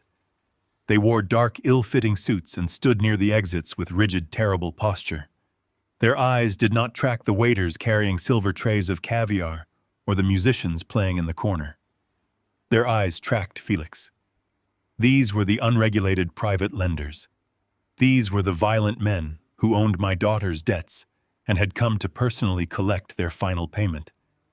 They were the silent, hungry wolves invited directly into the sheep pen, and Victoria firmly believed she was about to feed them with my non-existent offshore fortune. Victoria floated through the center of the room, acting like a benevolent queen surveying her loyal subjects. She laughed loudly at every mundane comment and touched the arms of the wealthy guests with a practiced, calculated intimacy. Audrey flanked her sister, mirroring the exact same toxic, charming behavior. They were putting on the performance of a lifetime, completely unaware that the stage they were dancing on was rigged with high explosives. Felix stood near the mahogany bar, wiping endless beads of sweat from his pale forehead with a white linen handkerchief. He was drinking heavily, trying to numb the terrifying reality of the loan sharks circling the perimeter of the room. I walked slowly through the crowd, offering polite nods and gentle smiles to the people who approached me. I allowed the guests to pat my shoulder and offer their shallow condolences regarding my late wife, Evelyn. I played the role of the dignified, grieving patriarch, perfectly letting my daughters believe their illusion of absolute control was entirely intact. The string quartet playing in the far corner of the room suddenly faded into total silence. A sharp electronic hum echoed through the ballroom as the main audio system was activated. The low murmur of the crowd died down, turning into a hushed and expectant silence. Victoria walked gracefully up the short wooden steps to the raised main stage positioned at the front of the room. A single bright spotlight followed her movements, illuminating the shimmering fabric of her designer emerald gown. She adjusted the microphone stand, taking a deep, trembling breath that was masterfully designed to look like a woman overcome with profound emotion. She looked out over the sea of faces and allowed a single manufactured tear to slide down her cheek. She began speaking in the soft, trembling voice that echoed perfectly through the massive overhead speakers. She thanked everyone for gathering on such a beautiful and important evening. She told the crowd that the past year had been a time of incredible sorrow and incredibly difficult transitions for our family. She spoke the name of my deceased wife, Evelyn, letting her voice crack with fake agony. She painted a vivid picture of a devoted family struggling to overcome a devastating emotional loss.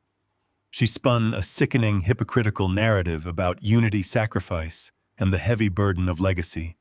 She claimed that honoring her mother's glorious memory was the most important and sacred duty she and Audrey had ever undertaken.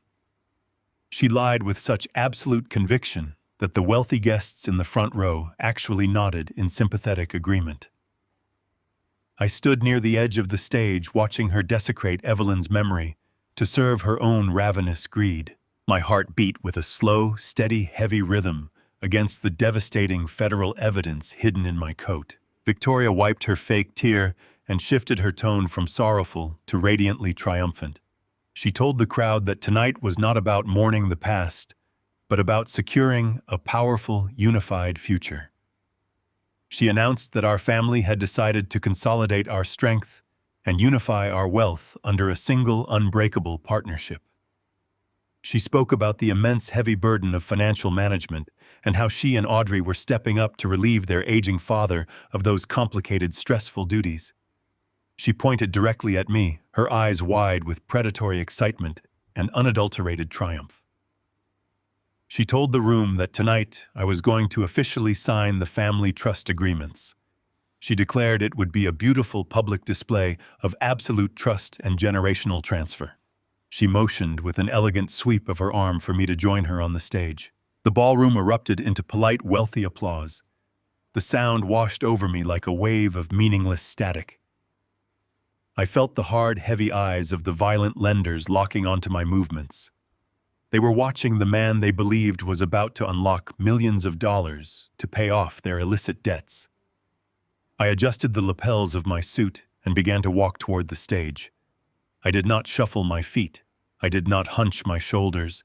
I walked with the deliberate, powerful stride of a master architect, walking onto a finished concrete foundation.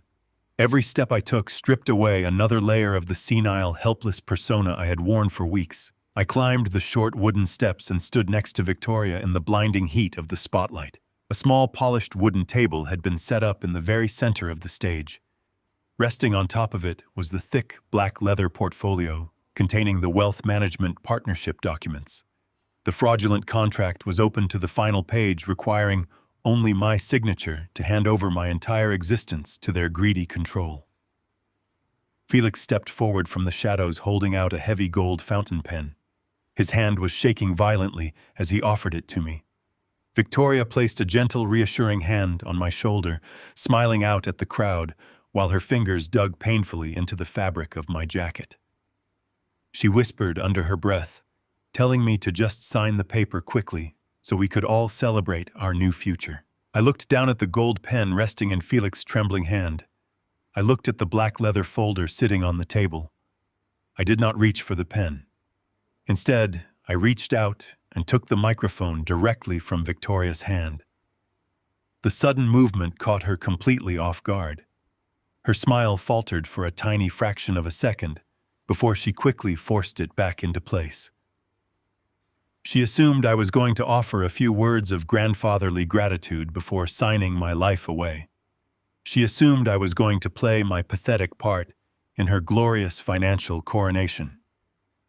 I pulled the microphone from the stand, holding it firmly in my grip, and turning to face the audience. I looked out over this massive crowd and let the silence stretch for several long, agonizing seconds. The polite applause completely faded into nothingness. The heavy, suffocating tension in the room thickened until it became physically oppressive. The wealthy socialites stopped smiling and lowered their champagne glasses. The private lenders shifted their weight, moving slightly closer to the edge of the stage. I looked at Audrey standing near the front row, her eyes wide and suddenly filled with terrible uncertainty. I looked at Felix, who was sweating profusely and backing away from the wooden table. Finally, I turned my head and looked directly into Victoria's eyes. The warm, grandfatherly mask I had worn for weeks vanished instantly, leaving behind a cold, hardened landscape of absolute clarity and ruthless justice. I raised the microphone to my lips. My voice resonated through the massive speakers with a deep, undeniable authority. It was not the weak, shaking whisper of a confused old man. I told the crowd that Victoria had spoken beautifully about legacy and family unity. I stated that she had painted a very compelling picture of a devoted daughter protecting her aging, vulnerable father. I kept my voice perfectly level, letting the words strike against the vaulted ceilings like hammer blows. Then I turned my body slightly, addressing Victoria directly, while the entire room watched in absolute silence. I told her that her speech was a masterclass in theatrical deception.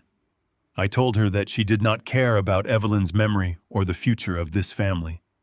I stated clearly and loudly that the only thing she cared about was saving herself from the massive, violent debts she and Felix had recklessly accumulated. A loud collective gasp rippled through the ballroom. The wealthy guests exchanged shocked, bewildered glances.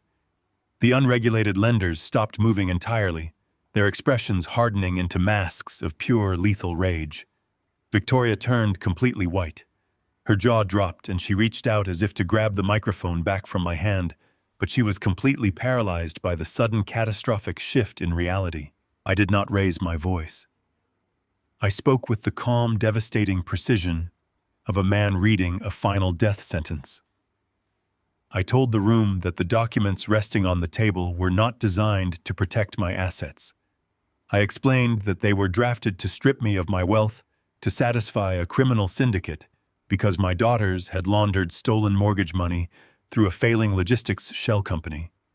I watched Felix physically collapse against the side of the stage, clutching his chest as his entire world violently imploded. Audrey covered her mouth with both hands, letting out a choked, terrified sob that echoed through the front rows. Victoria stared at me, her eyes wide with absolute bottomless horror. She realized in that exact moment that the dementia was a complete lie. She realized that the offshore fortune was a total fabrication. She realized that she had marched her entire life directly into a slaughterhouse. I reached into my coat and pulled out the federal indictments, placing them squarely on top of her fake contract.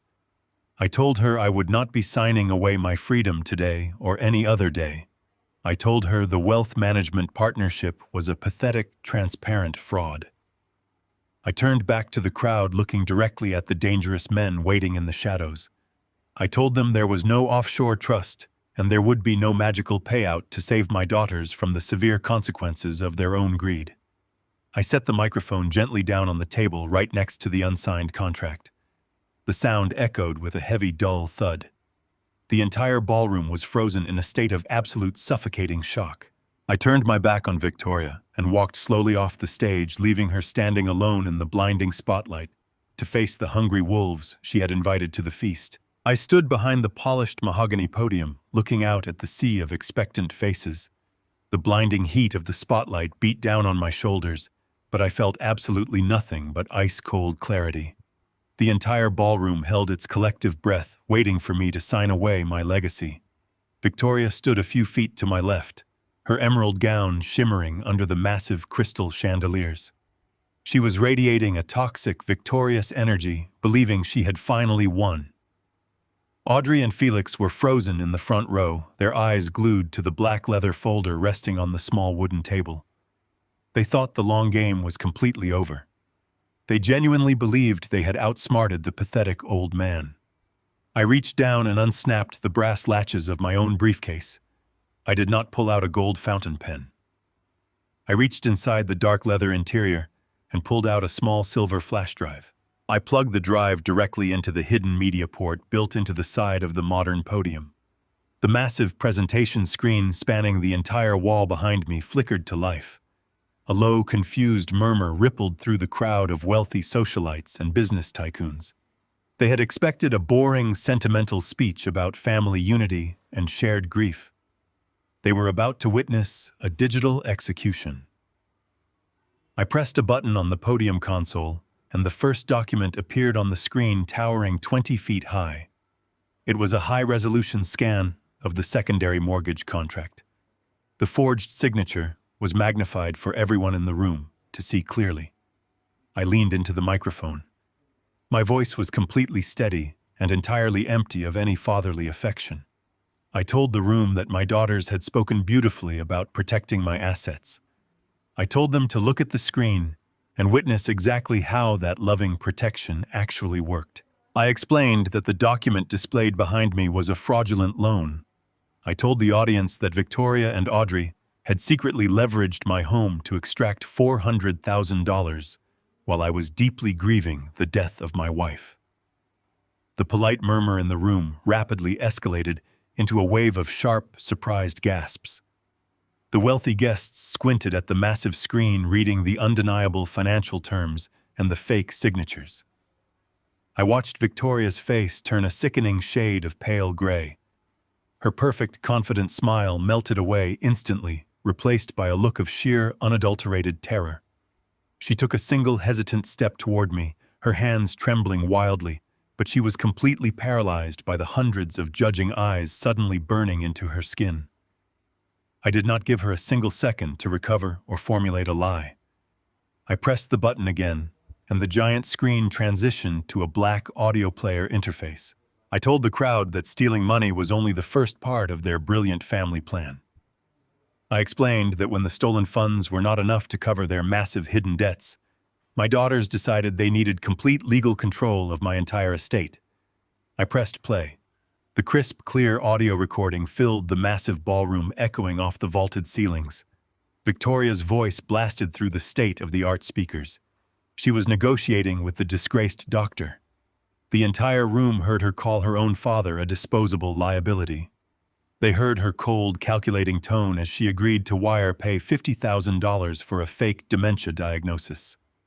They heard her explicitly state that locking me inside a secure state psychiatric ward was the only possible way to steal the rest of my money before I gave it away. The silence that followed the audio clip was absolute and terrifying. The high society elite stood frozen in shock, staring at Victoria, as if she had suddenly transformed into a hideous monster right in front of them. The beautiful illusion of the perfect, devoted daughter was completely and permanently incinerated. I looked down at Audrey and Felix in the front row. Felix was sweating profusely, his thick body shaking uncontrollably in his expensive, tailored tuxedo. Audrey was staring blankly at the floor, her chest heaving violently as she struggled to breathe. They knew they were next on the chopping block. I pressed the console button one more time, and the screen shifted to a highly complex web of banking records and wire transfer logs. I spoke directly to Audrey now, my voice echoing like rolling thunder across the silent room. I explained that the stolen mortgage money had been illegally laundered through Felix's failing logistics company. I pointed to the glowing red numbers on the massive screen, tracking the illicit cash flow from my stolen home equity through their corporate shell accounts, and finally out to a series of untraceable offshore holding companies. I told the audience that my daughters were not brilliant investors or dedicated family members stepping up to manage a legacy. I exposed them as desperate common thieves drowning in unregulated violent debt. I dismantled their entire fabricated lifestyle brick by brick in front of the very people they had spent years desperately trying to impress. I then prepared to deliver the final devastating blow. I lifted my gaze and addressed the men in the dark suits standing rigidly near the ballroom exits. The private lenders. The violent syndicate men who owned my daughter's lives and had come to collect their due.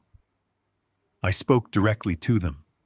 I told them that the legendary $5 million offshore trust they were eagerly waiting to plunder did not exist.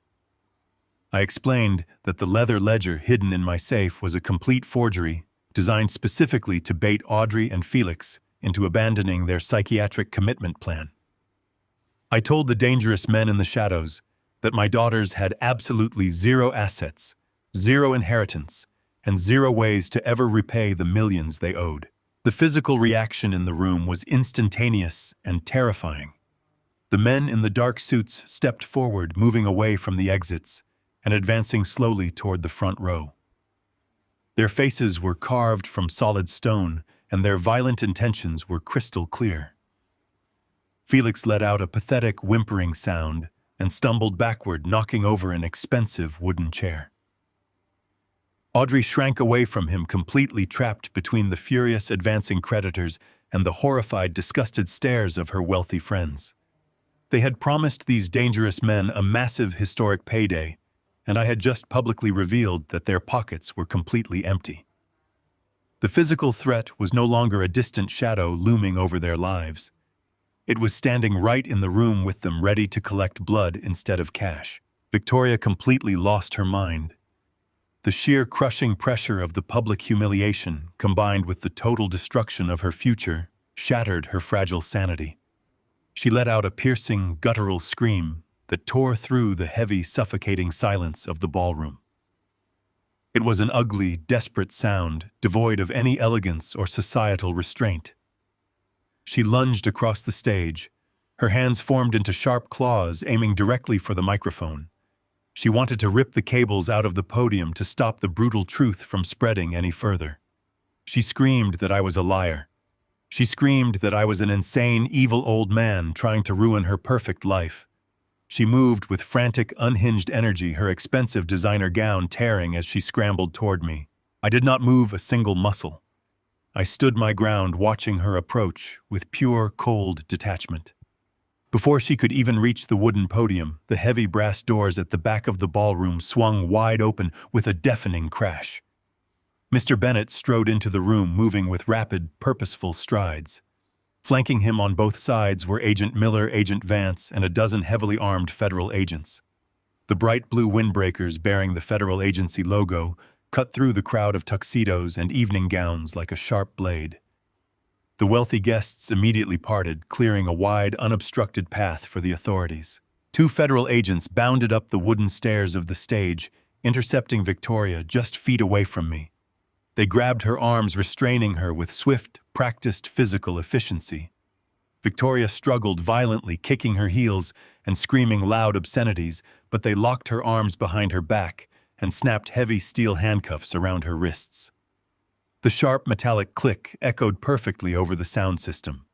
Down in the front row, other agents surrounded Audrey and Felix, pulling them roughly to their feet and placing them in identical heavy restraints. Felix was sobbing openly, his knees completely buckling under his own weight.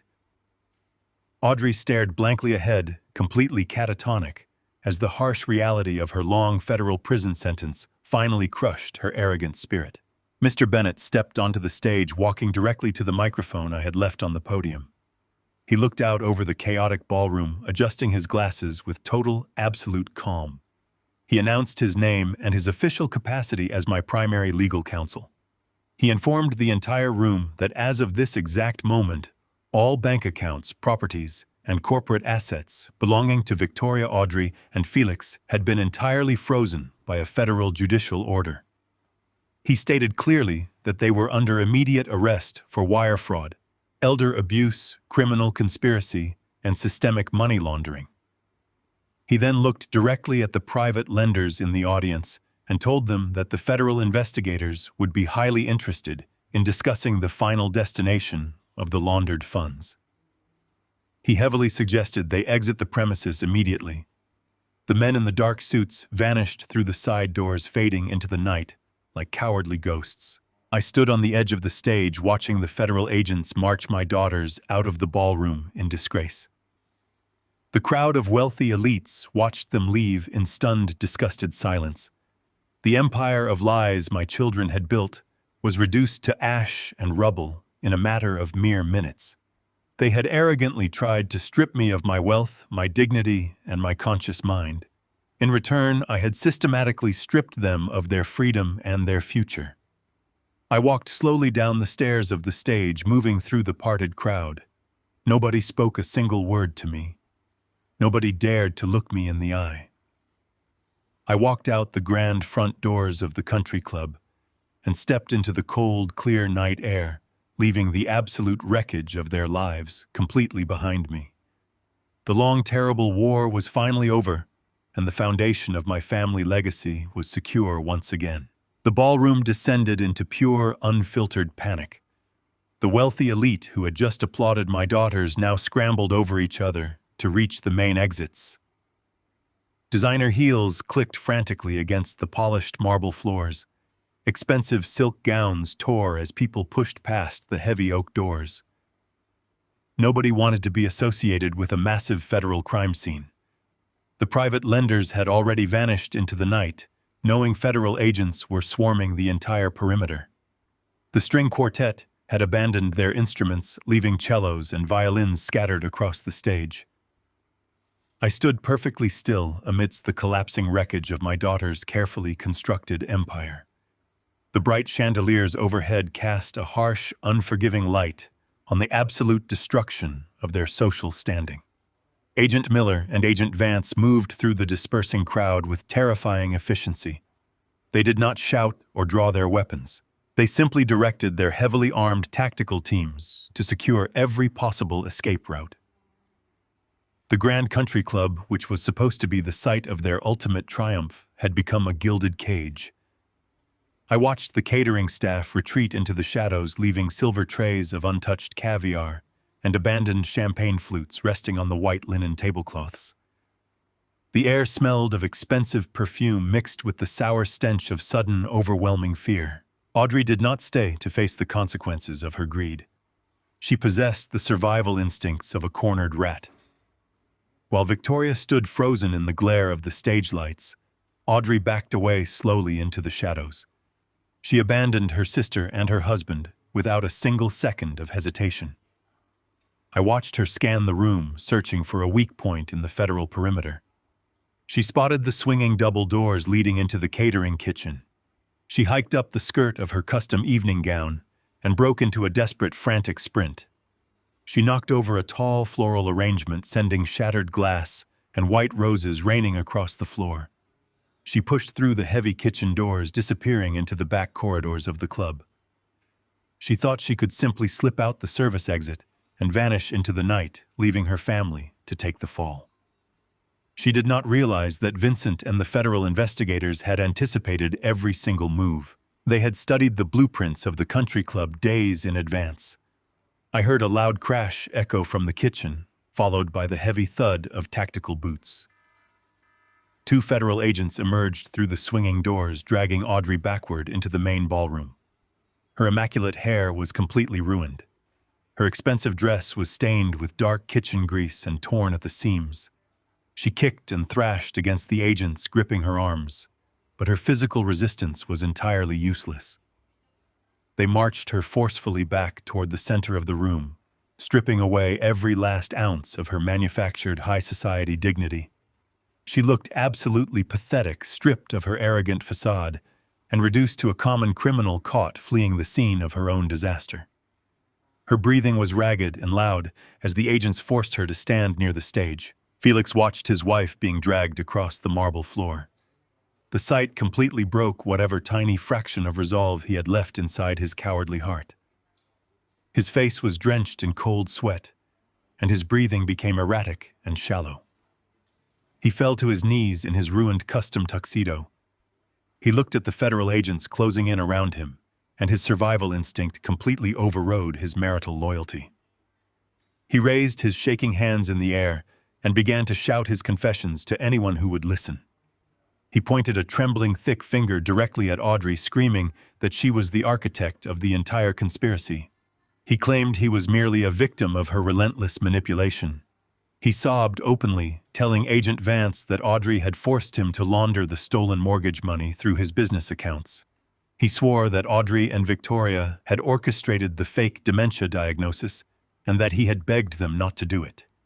It was a repulsive display of pure cowardice. He was throwing the woman he had sworn to protect directly under the heavy wheels of federal justice to save his own miserable skin. Audrey stared at him with wide, terrified eyes, listening as her husband handed the federal agents every piece of verbal evidence they needed to lock her away for decades. She tried to lunge at him, but the agents held her firmly in place. The dark alliance they had formed to destroy my life dissolved into a toxic puddle of mutual betrayal. They had built their entire marriage on a foundation of greed, and the moment that foundation cracked, they eagerly tore each other apart piece by piece. Victoria was left entirely alone near the wooden steps of the stage. The federal agents had formed a tight circle around her, cutting off any impossible thoughts of escape. She looked around the empty ballroom, realizing that her wealthy friends were gone, and her powerful status was permanently erased from the world. She slowly turned her gaze back to me. The arrogant, defiant predator who had threatened to lock me in a psychiatric ward completely vanished into the cold air. She dropped heavily to her knees on the polished floor right at my feet. She clasped her hands together and looked up at me with dark mascara streaming down her face. She abandoned her sophisticated vocabulary and resorted to raw, desperate emotional manipulation. She called me daddy in a small, broken voice that she had not used since she was a little girl playing in the yard. She begged me to call off the federal agents. She pleaded with me to tell Mr. Bennett that this was all a terrible misunderstanding that had gotten wildly out of control. She dragged out ancient memories, trying to weaponize my paternal love against me. She reminded me of the time I taught her how to ride a bicycle in our old driveway. She brought up the times I had comforted her when she was afraid of the dark thunderstorms. She invoked Evelyn's name, claiming that her mother would never want to see her daughters locked away in a cold prison cell. She told me it was my fundamental biological duty as a father to protect her from harm regardless of her mistakes. She sobbed hysterically, swearing that she loved me more than anything, and that the crushing stress of her financial debts had temporarily clouded her moral judgment. She claimed she never truly intended to hurt me, and that she was just desperately trying to save her family from total financial ruin. Every single word spilling from her mouth was a carefully calculated lie designed to exploit the very heart she had spent the last year systematically trying to crush. I stood above her, looking down at her tear-stained face with absolute emotional detachment. I felt no pity. I felt no sorrow. I felt absolutely nothing. The warm, forgiving father she was trying to summon simply did not exist anymore. The daughter I had raised, the little girl I had protected from the dark, had died a long time ago in my mind. She had been replaced by a ruthless, calculating stranger who viewed my life as nothing more than an inconvenient obstacle blocking a bank account. I kept my posture rigid and my voice completely flat. I told her that she had made her definitive choice the moment she handed a disgraced, corrupt doctor $50,000 to steal my freedom and my sanity. I told her that she had willingly traded her father for a pile of stolen offshore money. I stated with absolute finality that because she had chosen money over her blood, she was now going to spend the rest of her natural life with neither. I did not raise my voice or show a single ounce of simmering anger. The cold, indifferent truth was far more devastating than any furious shouting could ever possibly be. I watched the last desperate spark of hope completely die in her eyes. Her shoulders slumped forward as the absolute weight of her reality finally crushed her spirit. I turned my back on her and began to walk toward the main exit of the ballroom. I did not look over my shoulder as the federal agents finally moved in to secure their prisoners. I heard the sharp, metallic click of the heavy steel handcuffs snapping shut around her wrists. The sound echoed beautifully through the empty, cavernous ballroom, marking the definitive end of her reign of terror and the absolute survival of my legacy. The heavy silence of the house was no longer suffocating. It was a deep, restorative quiet that wrapped around the rooms like a protective blanket. Several weeks had passed since the explosive confrontation at the country club. I stood in the center of my living room, looking out through the large bay windows at the fading autumn light. The frost had settled on the manicured lawn, turning the grass a pale, brittle gray. The trees at the edge of the property stood bare and stark against the darkening sky, signaling the arrival of a long, cold winter. Inside the house, however, the air felt warm and entirely clean. The pervasive, lingering scent of expensive perfumes and toxic greed had been completely scrubbed from the walls. I ran my hand along the smooth, polished edge of the leather armchair. I felt the familiar texture grounding me in the present moment. This was my home again, in every conceivable sense of the word. The violation of my private sanctuary was completely over. Only 2 days ago, my attorney, Mr. Bennett, had visited the house to personally deliver the final court orders. The federal judge presiding over the sweeping fraud case had moved with exceptional speed. The fraudulent secondary mortgage that Victoria and Audrey had secretly attached to my property was officially nullified and entirely reversed. The corrupt notary, who had rubber-stamped their forged documents, was already cooperating with the authorities. My house was completely unencumbered.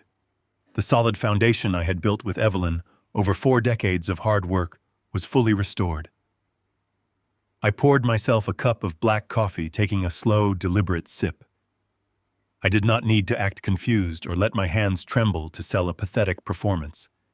I was simply a man enjoying the profound, absolute peace of his own domain.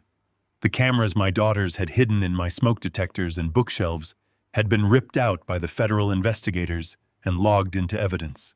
There were no more watchful eyes analyzing my every move. There was only absolute freedom. The reality my daughters were currently experiencing was a catastrophic departure from their lavish delusions. They were no longer dining on expensive caviar or drinking vintage wine in glittering ballrooms. Victoria and Audrey were sitting in identical cold concrete cells in a maximum security federal holding facility awaiting their official trial dates. The sheer volume of evidence stacked against them was absolutely insurmountable. Mr. Bennett had informed me that the federal prosecutors were completely merciless in their approach, refusing any possibility of a lenient plea agreement. The authorities wanted to make a highly publicized example out of them. My daughters were facing multiple decades in federal prison for a horrific litany of severe crimes. The massive list of charges included wire fraud, systemic elder financial abuse, criminal conspiracy, and extensive international money laundering. Their entire existence had been reduced to a set of matching orange jumpsuits and strictly scheduled visitation hours. The majestic modern farmhouse that Victoria had so proudly flaunted was empty and securely boarded up. The federal government and the aggressive traditional banks had seized the property almost immediately upon her arrest. Her luxury vehicles, her designer wardrobes, and her pristine social standing were entirely erased from existence. Audrey had suffered the exact same devastating fate. Felix had completely turned on her sauce during his marathon interrogation sessions, trading his wife for a marginally lighter prison sentence. He had handed the federal agents every single ledger, every encrypted email, and every piece of dirty financial data regarding the illegal loans they had taken from the private syndicate. The unregulated lenders who had haunted the nightmares of my daughters were now scattering like roaches, hiding from the massive federal spotlight that my public trap had shined directly upon them. My daughters had gambled their freedom, their marriages, and their souls on the arrogant belief that they could easily outsmart a tired old man. They had assumed my boundless paternal love for them would completely blind me to their bottomless cruelty. They had severely miscalculated the depth of my resolve and the sharpness of my intellect. I had spent my entire adult life protecting them from the harsh, unforgiving consequences of the real world. I had provided everything they ever needed, always shielding them from pain and failure. By finally removing that protective shield, I had allowed the heavy crushing weight of their own destructive actions to fall squarely on their shoulders. They had built their fragile, glittering empire on a rotten foundation of lies, manipulation, and theft. When I finally pulled the supporting pillars away, the entire structure collapsed instantly and buried them deep in the rubble. I felt absolutely no lingering guilt over their current bleak incarceration. The fundamental duty of a father is to teach his children the difference between right and wrong. I had simply delivered their final and most painful lesson. I finished my coffee and walked slowly toward the front door. The afternoon mail had dropped through the brass slot, scattering across the hardwood floor in the foyer. I bent down and gathered the envelopes, sorting through the mundane utility bills and local advertisements. Nestled near the bottom of the stack was a plain white envelope stamped with the stark, unmistakable seal of the county correctional facility. The handwriting on the front was erratic and sloppy, but it was still entirely recognizable. It belonged to Victoria. I walked back into the living room, holding the thin envelope between my fingers. I could feel the desperate, frantic energy radiating from the cheap paper. I knew exactly what was written inside without ever needing to tear open the flap. It would be a frantic, rambling masterpiece of emotional manipulation. She would be begging for bail money, crying about the terrible conditions of her concrete cell, and pleading for the fatherly mercy she had completely discarded. She would likely blame Felix or Audrey for the entire conspiracy, claiming she was merely a helpless victim swept up in their criminal ambitions. She would invoke her childhood memories and use the name of her mother as a weapon to pierce my conscience. I stood in front of the large brick fireplace. A warm fire was cracking and snapping on the hearth, casting dancing orange shadows across the room. I looked at the envelope, feeling a deep, heavy calm settle into my bones. A few months ago, a letter from my daughter would have commanded my absolute, undivided attention. If she was in trouble, I would have moved heaven and earth to rescue her. I would have emptied my bank accounts and sacrificed my own comfort to ensure she was safe and secure. But the woman who wrote this letter was not my daughter. My daughter had died the moment she handed $50,000 to a disgraced doctor to buy my permanent chemical imprisonment. The person begging for my help from a federal jail cell was a total stranger who happened to share my last name. I did not open the envelope. I refused to let her toxic, fabricated sorrow infect the clean air of my home. I refused to read a single word of her hollow, empty apologies. True remorse requires a fundamental understanding of the pain you have caused others. Victoria was only sorry that her brilliant criminal enterprise had failed and that she was currently suffering the severe consequences. If her plan had worked perfectly, she would be sitting in my house right now, spending my money and laughing while I rotted away in a locked psychiatric ward, heavily medicated and completely forgotten by the world. I extended my hand, holding the white envelope directly over the licking flames of the fireplace. I opened my fingers and let the paper fall. The envelope landed gracefully on top of a burning oak log. The intense heat immediately curled the edges of the paper, turning the stark white surface a dark, brittle brown. A bright yellow flame caught the corner of the letter, crawling rapidly across the desperate handwriting of Victoria. I stood and watched as the fire consumed the last physical tie to my abusers. The paper blackened and dissolved into thin gray ash, floating upward and disappearing into the dark chimney. The physical destruction of the letter mirrored the complete, total erasure of their presence in my life. I turned away from the fire and looked around my quiet, peaceful living room. The war was officially over. I had fought a brutal, silent battle against the people I trusted most in the world, and I had emerged entirely victorious. I had protected the legacy of Evelyn and secured the hard-earned wealth we had built together. The $3 million resting safely in my legitimate accounts would eventually go to the charitable foundations Evelyn had so deeply cherished. My wealth would build hospitals and fund scholarships, bringing light and hope to people who truly deserved it. It would not be used to buy designer dresses or fund the reckless, extravagant lifestyles of ungrateful thieves. I walked over to the small table near the window and picked up a framed photograph of Evelyn and me taken on our 30th wedding anniversary. Her smile was bright and completely genuine.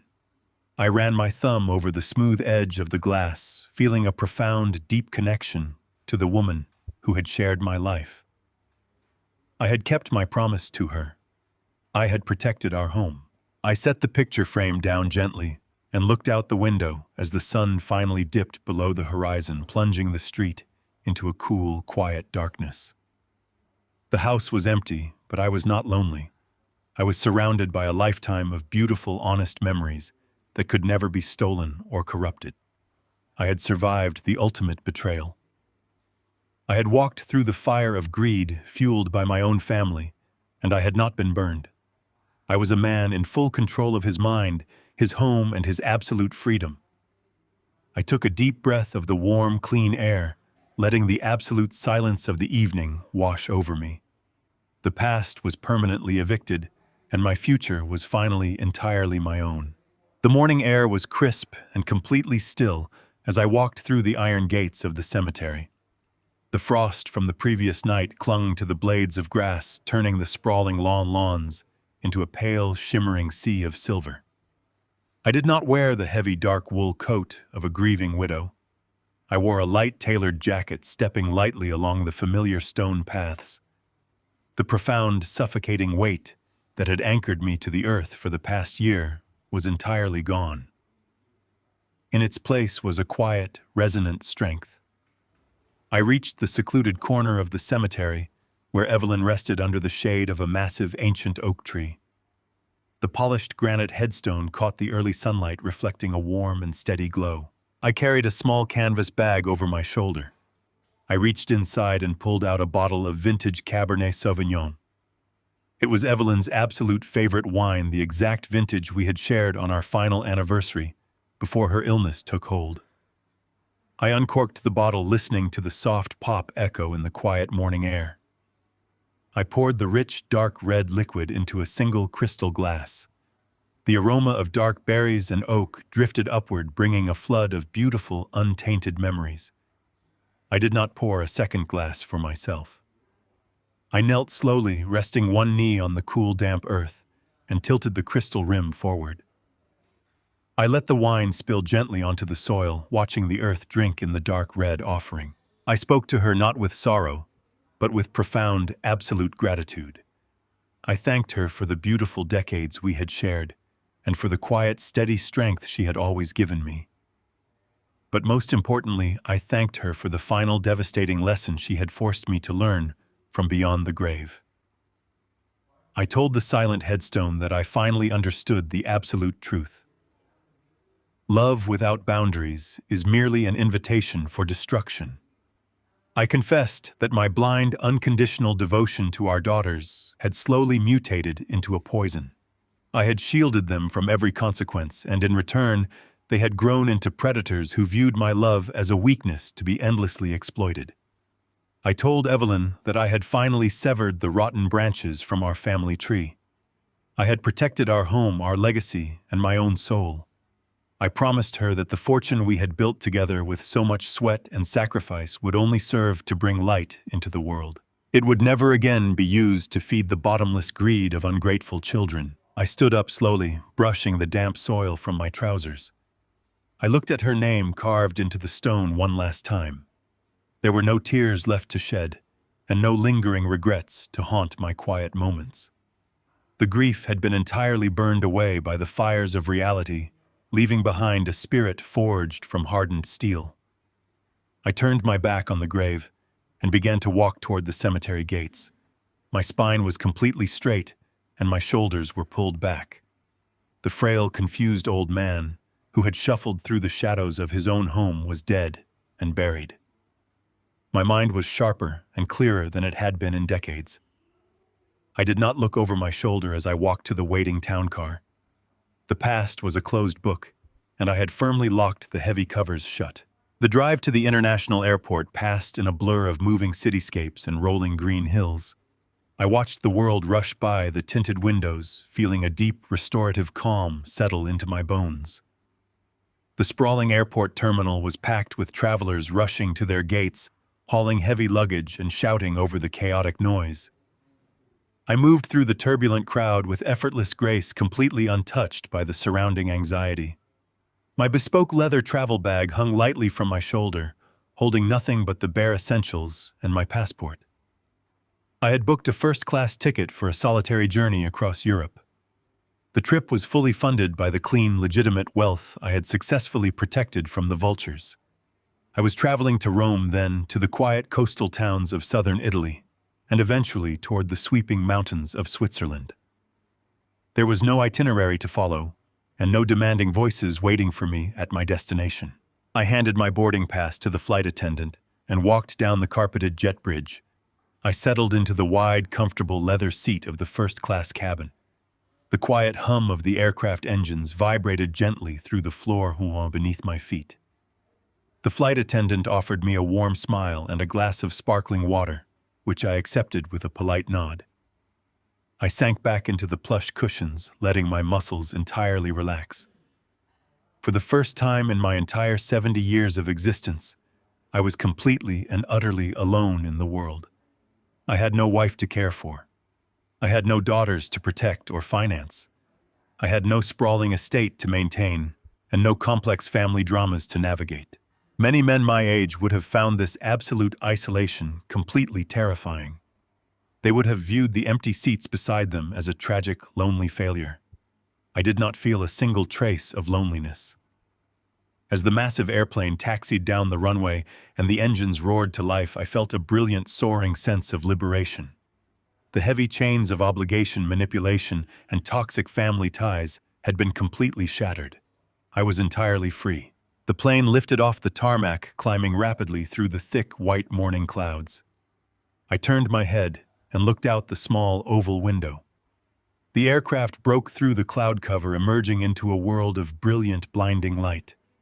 The sky stretching out before me was a deep, endless ocean of pure, unblemished blue. There were no storms on the horizon, and no dark shadows lingering in the distance. The vast expanse of the sky reflected the profound, unshakable peace that had taken permanent residence inside my heart. I looked out at the unbreakable horizon, knowing that every single day, moving forward, belonged entirely to me. The lesson learned from this entire ordeal is that unconditional trust should never be blindly freely given, even to those who share your bloodline. True family is not simply defined by biology, but by mutual respect, unwavering loyalty, and the absolute protection of one another during moments of profound vulnerability. When greed is allowed to completely overwrite basic human decency, the resulting destruction is always catastrophic and entirely permanent. You must always maintain clear, strict boundaries and demand genuine respect, because sacrificing your own dignity and safety to appease toxic individuals will only invite your own absolute ruin. Protect your legacy and your peace of mind by cutting ties with anyone who views your love as a weakness to be endlessly exploited.